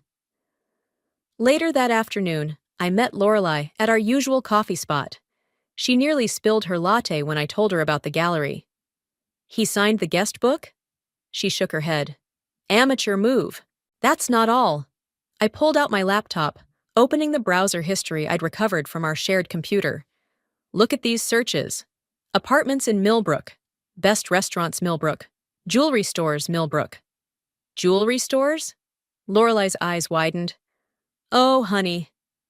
"I'm entering the Spring Arts Festival," I announced, changing the subject before tears could form. "It's time to dust off my degree in fine arts." "About damn time." Lorelei grinned. "But what's your real plan?" I leaned forward, lowering my voice. "The festival's a big deal in Millbrook. Local news coverage, social events. Perfect excuse to be in town." Lorelei finished. "Sneaky, I like it." That evening, I was in my garage studio when Wallace came home early for once. He paused in the doorway, frowning at my newly organized space. "You're painting again?" He loosened his tie. "I thought that was just a hobby. Things change." I continued working on my piece, a woman's silhouette, fractured into pieces. "How was work?" "Fine. Jonathan's got me handling that Millbrook account." "Millbrook." I kept my voice casual. "That's where the Spring Arts Festival is held. I'm entering this year." The paintbrush in my hand trembled slightly as I watched his reaction in my peripheral vision. His shoulders tensed. "You're what?" He stepped closer. "Since when are you interested in art festivals?" "Since always. You'd know that if you were ever home." The words slipped out before I could stop them. Silence filled the garage. Wallace's phone chimed. He checked it quickly, angling the screen away from me. "I should go shower before dinner," he muttered, already retreating. The next morning, I drove to Millbrook, Sophia's letter tucked in my purse like a talisman. The town was smaller than I expected, its main street lined with boutiques and cafes. I parked outside the festival office, but something across the street caught my eye. A real estate agency. Through the window, I could see a wall of property listings. And there, speaking to an agent, was Wallace. My hands gripped the steering wheel until my knuckles turned white. I watched as he pointed to various listings, smiling and nodding. A woman joined him, placing her hand on his arm with casual intimacy. She was beautiful, younger, wearing a red dress that probably matched her lipstick. My phone rang, making me jump. It was Tessa. "I got your portfolio," she said without preamble. "It's perfect for what we're looking for. Raw, honest, emotional. The festival committee meets tomorrow. Can you make it?" I watched Wallace and the woman leave the real estate office, walking close together. "Tomorrow's perfect," I replied, my voice steady despite the storm in my chest. I wouldn't miss it for anything. After hanging up, I sat in my car, watching them disappear around a corner. I pulled out Sophia's letter, reading it one more time. Then I took out my sketchbook and began to draw, capturing every detail of what I'd just witnessed. Every line felt like a weapon I was sharpening, every shadow a truth I was uncovering. The festival wouldn't know what hit it. Neither would Wallace. The community center's walls transformed under our hands as Tessa and I hung the last pieces for my exhibition. Each canvas told a story, my story, though viewers wouldn't know it yet. "This one's going to start conversations," Tessa said, stepping back from the centerpiece. A man's silhouette split between two frames, one showing a perfect family scene, the other depicting a shadowy figure in a doorway. "That's the point." I adjusted the lighting. Art should make people uncomfortable sometimes. My phone buzzed. Wallace. "Working late again. Big presentation tomorrow." I showed Tessa the message. "He has no idea I'm here." "Men never suspect their wives of having lives beyond them," she replied, rolling her eyes. "Speaking of which, have you met Jonathan's wife? She's coming tonight." My heart skipped. Wallace's boss's wife? Small world, right? The exhibition opening exceeded my expectations. The room filled with local art enthusiasts, critics, and curious onlookers. I spotted Jonathan's wife, Margaret, studying my split-frame piece. "It's about duality," I explained, approaching her. "How people can live two completely different lives." "Fascinating." She sipped her wine. "Jonathan mentioned Wallace has been handling some big accounts lately, keeping him quite busy." "Really?" I tilted my head. "Even after Jonathan's surgery?" Margaret frowned. "Surgery? The one that's kept him home more recently?" Her confusion deepened. "My husband hasn't had any surgery." Before she could ask more questions, Lorelei appeared, grabbing my arm. "Sorry to interrupt, but there's someone you need to meet." She pulled me toward a distinguished-looking man in an expensive suit. "This is Jonathan." My throat went dry. Wallace's boss, the man who supposedly had him working late nights, was standing in my exhibition. "Remarkable work," he said, extending his hand. "Especially this series about deception. Very relevant to our times." I studied his face carefully. "Thank you. Actually, I'd love your opinion on something. My husband works for you." "Wallace?" Jonathan's expression shifted slightly. "Interesting coincidence. I was just telling my wife I haven't seen much of him lately. He's been managing that Millbrook project independently." "The one keeping him at the office until midnight?" I asked innocently. Jonathan's eyebrows rose. "We close the office at 6. The pieces clicked into place like a lock tumbling open. I excused myself and headed for the bathroom, hands shaking as I pulled out my phone. A quick search of local news in Millbrook brought up what I was looking for: a society page photo from last week's charity gala. There, in the background, Wallace stood with his arm around the woman in the red dress. The caption read, "Local business owner Daphne McGregor with guest at annual Children's Hospital benefit." I was still staring at the photo when the bathroom door opened. Tessa walked in. "You knew," I said, showing her the photo. "About Wallace and Daphne." She nodded slowly. "I've seen them around Millbrook. I wasn't sure how to tell you." "Why didn't you?" "Because you needed to find out on your own terms. To be ready." She leaned against the sink. "The festival committee loves your work, by the way, especially the pieces about betrayal." I laughed bitterly. If they only knew. That night, I waited up for Wallace. He came home just before midnight, smelling of unfamiliar perfume. "You're still awake." He loosened his tie. I thought, "How was the presentation?" I interrupted, not looking up from my sketchbook. "Good. Successful." He set down his briefcase. "What are you working on?" I turned the sketch toward him, a detailed drawing of him and Daphne outside the real estate office. The color drained from his face. "Alea, I can explain." "Can you explain it to Sophia?" I stood up, my voice deadly calm. "Can you explain why she had to write to Santa, begging him to bring her daddy home?" "You don't understand." I understand perfectly." I gathered my sketches. "By the way, Jonathan came to my exhibition tonight. Funny, he seems surprised you've been working late, considering the office closes at 6. Wallace stepped toward me. Let's talk about this. No, I moved past him. I'm done talking. But don't worry, I won't say anything yet. I'm saving that for the Spring Arts Festival in Millbrook. I hear it's quite the social event. Daphne will be there, won't she? I left him standing in the garage, his mouth open, but no words coming out. Upstairs, I checked on Sophia, sleeping peacefully with her stuffed animals. Don't worry, baby, I whispered. Mommy's going to fix everything. I closed her door softly, already planning my next series of paintings. They would tell a story of betrayal, revenge, and justice, and this time, everyone would know exactly who inspired them. The Millbrook Art Center hummed with activity as Tessa and I set up my new collection. Each piece was carefully positioned to tell its story. Our story, though Daphne wouldn't know that yet. She's here, Tessa whispered, nodding toward the entrance. Daphne McGregor swept in wearing another designer dress, this time in deep purple. She moved through the space like she owned it, which, according to my research, she practically did. Tessa! Daphne air-kissed her cheeks. These new pieces are extraordinary. Who's the artist? This is Alea, Tessa gestured to me. The rising star I told you about. Daphne turned to me, her smile perfect and practiced. Your work is fascinating, especially this series. She gestured to the triptych before us. 3 panels showing a man's gradual transformation, from family man to shadow figure to stranger. It's about hidden lives, I explained, watching her face carefully. How well do we really know the people we love? Profound. She tilted her head. You must join us for the festival's opening gala. I'm hosting at my house.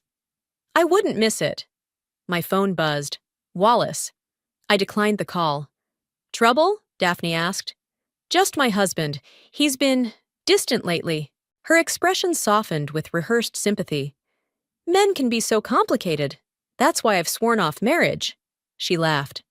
Though there is someone special in my life now. Lucky man, I said, my voice steady despite my churning stomach. Speaking of men, Tessa interrupted, Jonathan's here. Wallace's boss approached us, his presence commanding attention. Ladies, he greeted, then stopped short when he saw me. Alea? What a surprise. Jonathan! Daphne hugged him warmly. You know Alia? She's Wallace's wife, he said slowly, realization dawning in his eyes as he looked between us. The color drained from Daphne's face. Wallace's? Yes, Wallace Allen? I smiled sweetly. Your star employee? The one who's been working late? Jonathan's expression hardened. Excuse us, ladies. He guided me away from the others. How long have you known? Long enough. I showed him the photos on my phone. Wallace and Daphne at restaurants, the real estate office, the charity gala. He's been lying to everyone, to me, to you, to her. Christ.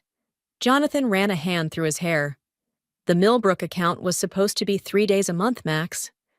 Try 3 nights a week. I pulled out Sophia's letter. While our daughter writes to Santa, begging for her father to come home, Jonathan read the letter, his jaw tightening. This ends now. I'm calling a board meeting for Monday. Wait, I touched his arm. Not yet. The festival opening is Saturday. Let me handle this my way first. He studied me for a moment, then nodded. You're either brilliant or terrifying, possibly both. Back at home, Wallace was waiting in the garage. Where were you? Millbrook. I continued unpacking my art supplies. Setting up for the festival. You need to stop this.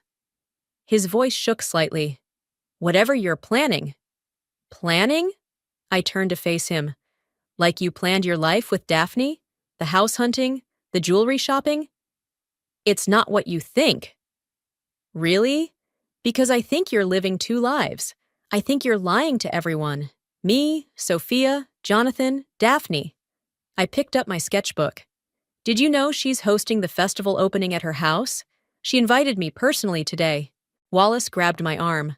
Alea, please! Let go. My voice was ice. Or I'll call Jonathan right now and tell him exactly why his star employee has been falsifying overtime reports. He released me, stepping back. What do you want? I want you to keep playing your role. Go to work, come home late, live your lie. I opened my sketchbook to a new page. At least until Saturday. And then, I started sketching his face. Not the one he showed to the world, but the one I saw now. Desperate, cornered, afraid. Then everyone gets to see the truth. Through my art, through my eyes. I looked up from my drawing. How do you think Daphne will react when she realizes she's not the only one? When she sees herself in my paintings, the other woman who thought she was the only woman. Wallace left without another word. The garage door humming closed behind him. My phone lit up with a text from Tessa. Daphne's still here, asking questions about you. She's intrigued. I smiled, adding the final touches to my sketch. The festival couldn't come soon enough. My masterpiece was almost complete, and soon everyone would see the real picture, especially the woman in purple who thought she'd found her perfect man. Daphne's mansion glittered under the evening sky as guests filtered in for the festival's opening gala. I adjusted my black dress, the one I'd bought specifically for tonight, and clutched my exhibition catalog like a weapon. Ready? Lorelei squeezed my arm. She'd insisted on coming for moral support. I have to be. I checked my phone. Wallace had texted earlier. Working late, don't wait up. Inside, the party was in full swing. Daphne held court in the living room, champagne in hand, while caterers weaved through the crowd with hors d'oeuvres. Allez! She waved me over. Everyone, this is the artist I've been raving about. Her exhibition is the highlight of the festival.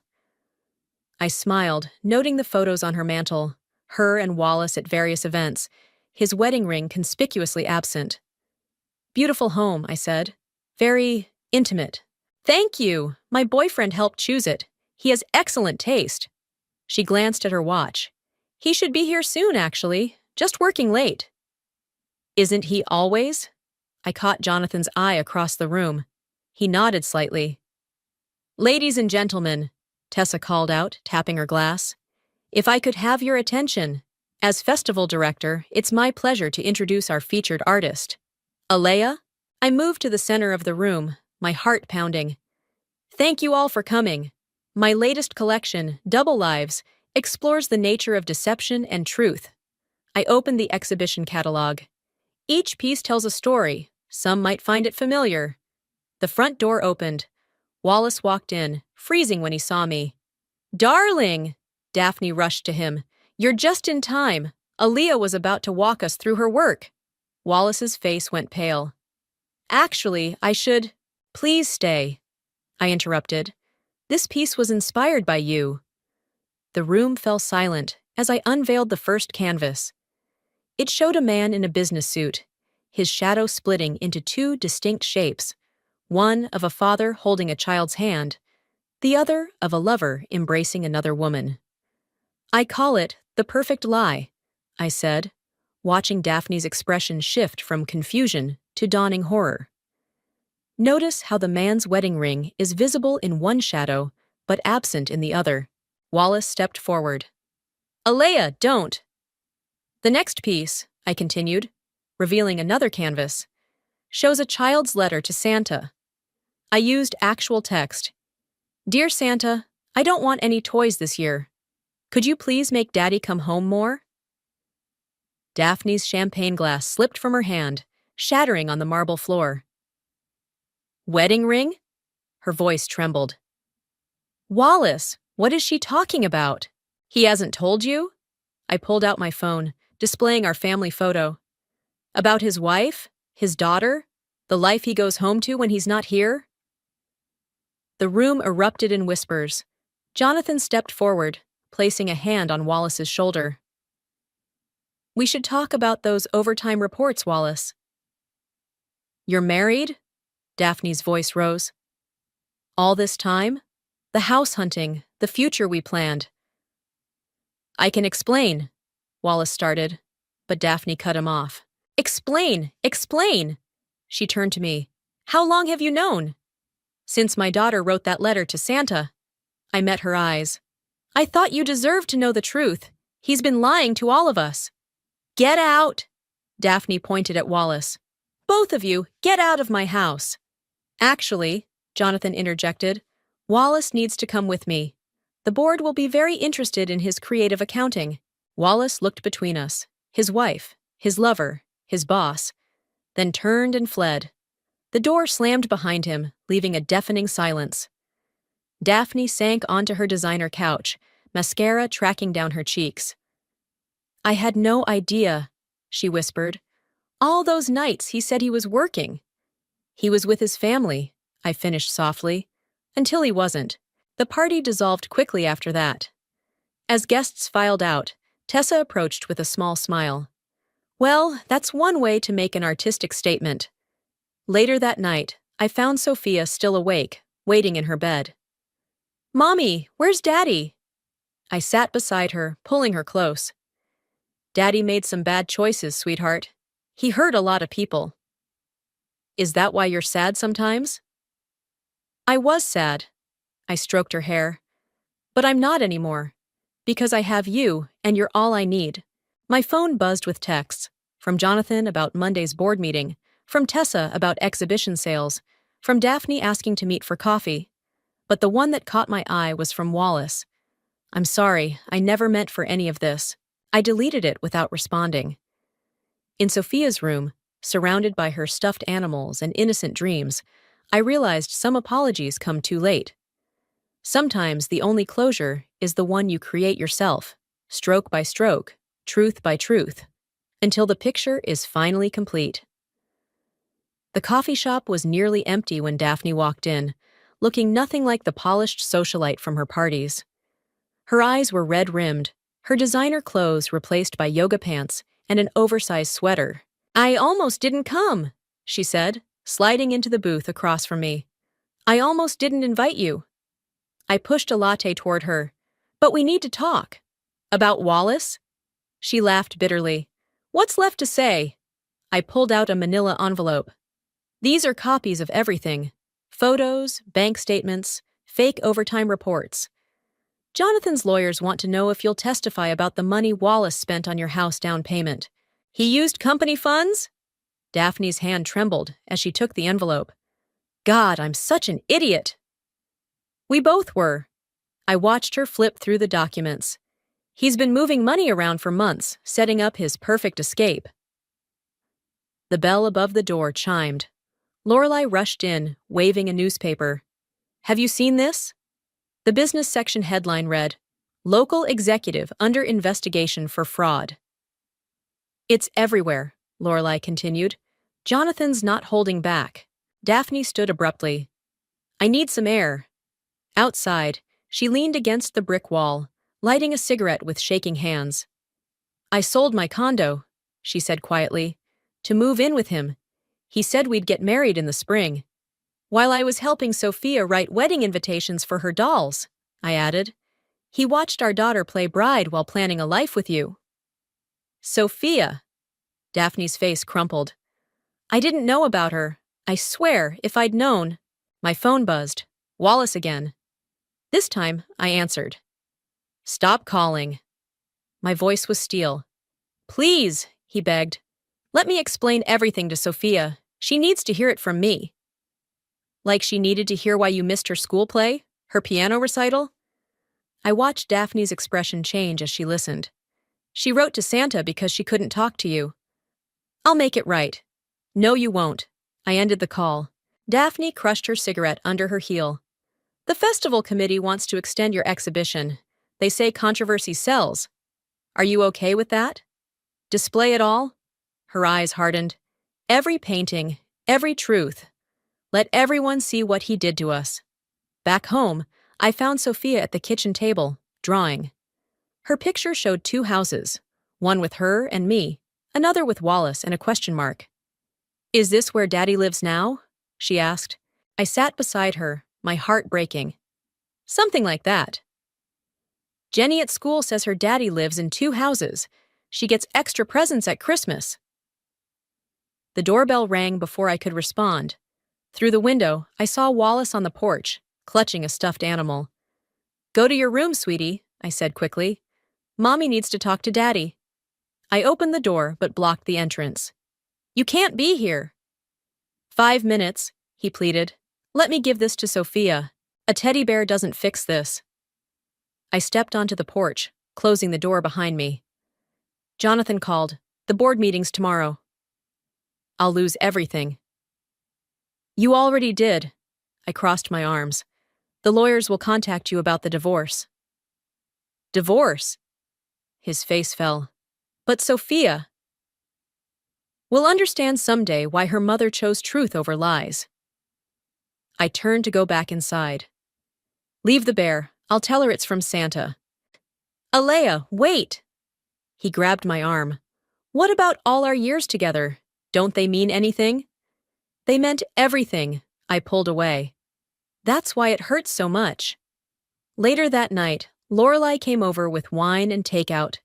We sat in my garage studio, surrounded by new canvases. "What's next?" she asked, watching me sketch. "The lawyers want to meet tomorrow after Jonathan's board meeting." I added shadows to my drawing. A little girl holding a teddy bear, standing between two worlds. Then the divorce proceedings begin. "And the art?" I looked at my latest piece. A woman emerging from shattered glass, each fragment reflecting a different truth. "The art stays." I picked up my brush. It's time to paint my next chapter. My phone lit up with a text from Daphne. "Meeting with Jonathan's lawyers in the morning. Bringing everything. He doesn't get to win this one." I showed Lorelai the message. "Looks like I'm not the only one choosing truth." "Good." She raised her wine glass. "To new beginnings." "To new beginnings," I echoed. But my eyes drifted to Sophia's latest drawing on my workbench. In bright crayon colors, she'd drawn herself holding hands with me, both of us smiling. Above us, in her wobbly handwriting, "Me and Mommy's happy ending." I picked up my brush again, dipping it in bright yellow. The color of hope, of morning sun, of fresh starts. Sometimes the most beautiful art comes from the deepest pain, and I was finally ready to paint something new. The corporate boardroom felt colder than I remembered from the company Christmas party. Jonathan sat at the head of the table, flanked by lawyers. Wallace slumped in his chair, his usual confidence shattered. "The evidence is conclusive," Jonathan's lawyer announced, spreading documents across the polished table. "Falsified overtime reports, misappropriated company funds, unauthorized use of corporate accounts." Daphne sat across from me, her testimony notes arranged neatly before her. She hadn't looked at Wallace once. "Mr. Allen," Jonathan leaned forward, "would you like to explain the $100,000 transferred to a private account in Millbrook?" Wallace's lawyer whispered something in his ear, but he shook his head. "It was for the house, for Daphne and me, while maintaining your primary residence with your wife and daughter." Jonathan's voice could have frozen hell. "Using company money? I can pay it back. That's not the point." Jonathan slid forward a stack of papers. "This is your termination agreement. Sign it, and we won't press criminal charges." The pen trembled in Wallace's hand as he signed. Outside the boardroom, he tried to approach me. "Don't." I held up my hand. "The divorce papers are being delivered today. At least let me explain to Sophia." "You mean the daughter you were ready to abandon?" Daphne's voice cut through the corridor. "The one who wrote to Santa because she couldn't reach her own father?" Wallace stepped back as if slapped. "I never meant to get caught," she finished. "Save it for your lawyers." Back at home, Sophia was waiting with Lorelai, showing off her latest art project, a family tree with branches spreading in different directions. "Look, Mommy!" She pointed to the drawing.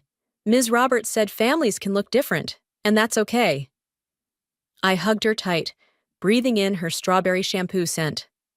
"That's absolutely right, baby." The doorbell rang. It was the courier with the divorce papers. As I signed for them, another car pulled up. Wallace. "Sophia, go help Aunt Lorelai with dinner," I said quickly. "But Daddy's here." She moved toward the door.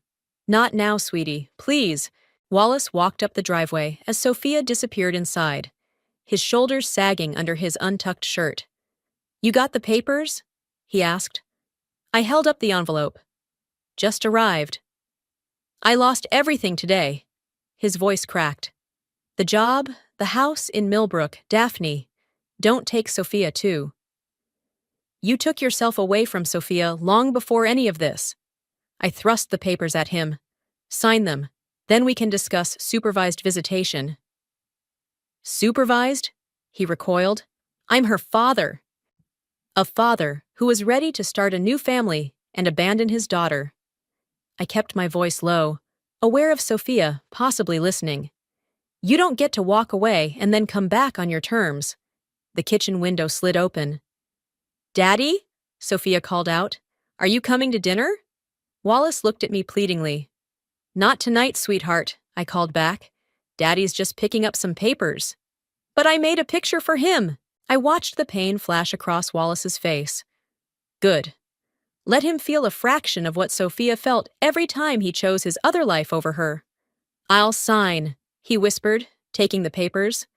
But please, don't keep her from me. You did that yourself. I turned to go inside. Have your lawyer contact mine about visitation arrangements. Later that night, after Sophia was asleep, I sat in my studio staring at my latest painting, a phoenix rising from scattered photographs and torn documents. My phone buzzed with a text from Daphne. Just sold the ring he gave me, using the money to start fresh in Seattle. Another message popped up, this time from Jonathan. Board approved your art installation for the lobby. When can you start? The garage door hummed open. Lorelei walked in with 2 glasses of wine. Sophia asleep? I nodded. Finally. She wanted to know if Daddy would come to her art show next week. What did you tell her? The truth. That sometimes people we love make choices that hurt us, but it doesn't mean we stop loving them. I picked up my brush. We just love them differently. Speaking of differently, Lorelei grinned. Tessa called. The gallery in New York wants to feature your Double Lives series. I looked at my latest work, then at Sophia's family tree drawing pinned to the wall. Both told stories of broken things being remade into something new, something honest. Tell them yes, I said, dipping my brush in paint the color of sunrise. It's time to show the world what rising from ashes really looks like. My phone lit up one last time. Wallace. Signed papers being delivered tomorrow. I'm sorry for everything. I deleted the message without responding. Some apologies don't need answers. Sometimes silence speaks louder than any words could. Instead, I picked up my brush and kept painting, adding light to the darkness, turning pain into art, making beauty from the broken pieces of what used to be. The New York gallery buzzed with opening night energy as Sophia bounced between my paintings, proudly explaining them to anyone who would listen. This one's about Daddy's big mistake, she told an elderly couple, pointing to the split-frame piece. But this one's about Mommy being strong. She gestured to the Phoenix painting. Sophia, I called out, let the nice people explore on their own. But I'm helping! She twirled in her new party dress, the one she'd picked specially for tonight. Lorelei appeared with champagne. The Times art critic is here, and you'll never guess who just walked in. Through the gallery's glass doors, I saw Wallace hesitate before entering. He looked different, older somehow. Sophia spotted him too. Daddy! She ran to him, stopping just short of hugging him. You came. I promised, didn't I? He knelt to her level. Your mom's art is important. Did you see my picture? She pointed to a small frame nestled between my larger pieces. Her family tree drawing, now part of the exhibition. It's beautiful. His voice cracked slightly. Just like you. I approached them, glass in hand. You're early for pickup. Actually, he straightened up, I was hoping to see the show, if that's okay. Before I could respond, Jonathan's voice boomed across the gallery. Alea!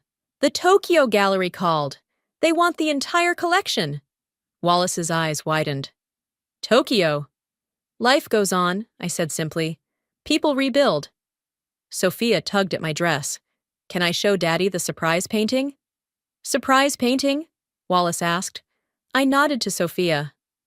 Go ahead. She led us to a canvas covered in black cloth.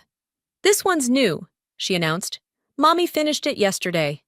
I pulled away the cloth, revealing a portrait of Sophia sitting at her art table, surrounded by drawings. Through a window behind her, 2 separate scenes played out. One showing me in my studio, another showing Wallace at his supervised visits, both of us watching our daughter create. Hi, it's called New Normal, I explained, because sometimes broken things can't be fixed, but they can be transformed. Wallace stared at the painting, his hands trembling slightly. You captured her perfectly. That's what mothers do. I turned to Sophia. Sweetie, why don't you show Daddy your art corner? The gallery set up a special space for kids to draw. As they walked away, Daphne appeared beside me. He looks terrible. Seattle suits you better anyway, I replied, noting her renewed confidence. The tech startup's taking off. She smiled. Thank you, by the way, for the wake-up call we both needed. Across the gallery, Sophia was showing Wallace her latest drawings. He sat beside her, carefully keeping the court-mandated distance, learning to love her in this new way. Your next series, Tessa joined us. What's it about? Healing, I said, watching my daughter teach her father how to draw a proper phoenix. But not the kind that erases scars, the kind that turns them into strength. The gallery director clinked his glass for attention. Ladies and gentlemen, a toast to our featured artist, whose Double Lives series has captured international attention. I barely heard the rest of his speech.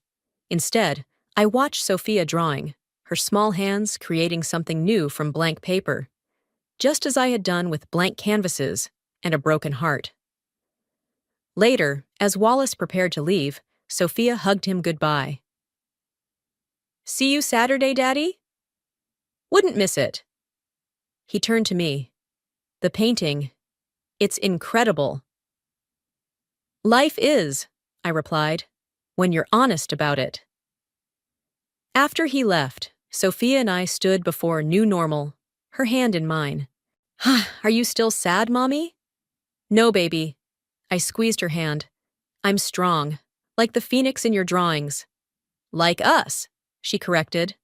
The gallery slowly emptied, but requests for interviews and international showings piled up on my phone. Lorelei was already talking about hiring an agent. Through the windows, I could see the New York skyline glittering like possibilities. Ready to go home? I asked Sophia. She shook her head, pulling out her sketchbook. One more drawing. I watched her work, adding colors and shapes until a picture emerged. 2 phoenixes, one big and one small, flying together toward a rising sun. It's us, she explained, making everything beautiful again. I hung her drawing next to New Normal, where it belonged. Proof that even the smallest artists know that life's masterpiece isn't in the perfection of the original sketch, but in how beautifully you redesign it when things go wrong. The gallery lights dimmed, leaving just enough glow to illuminate our reflection in the window. Mother and daughter, standing amid the art we'd made from truth, ready to paint whatever came next.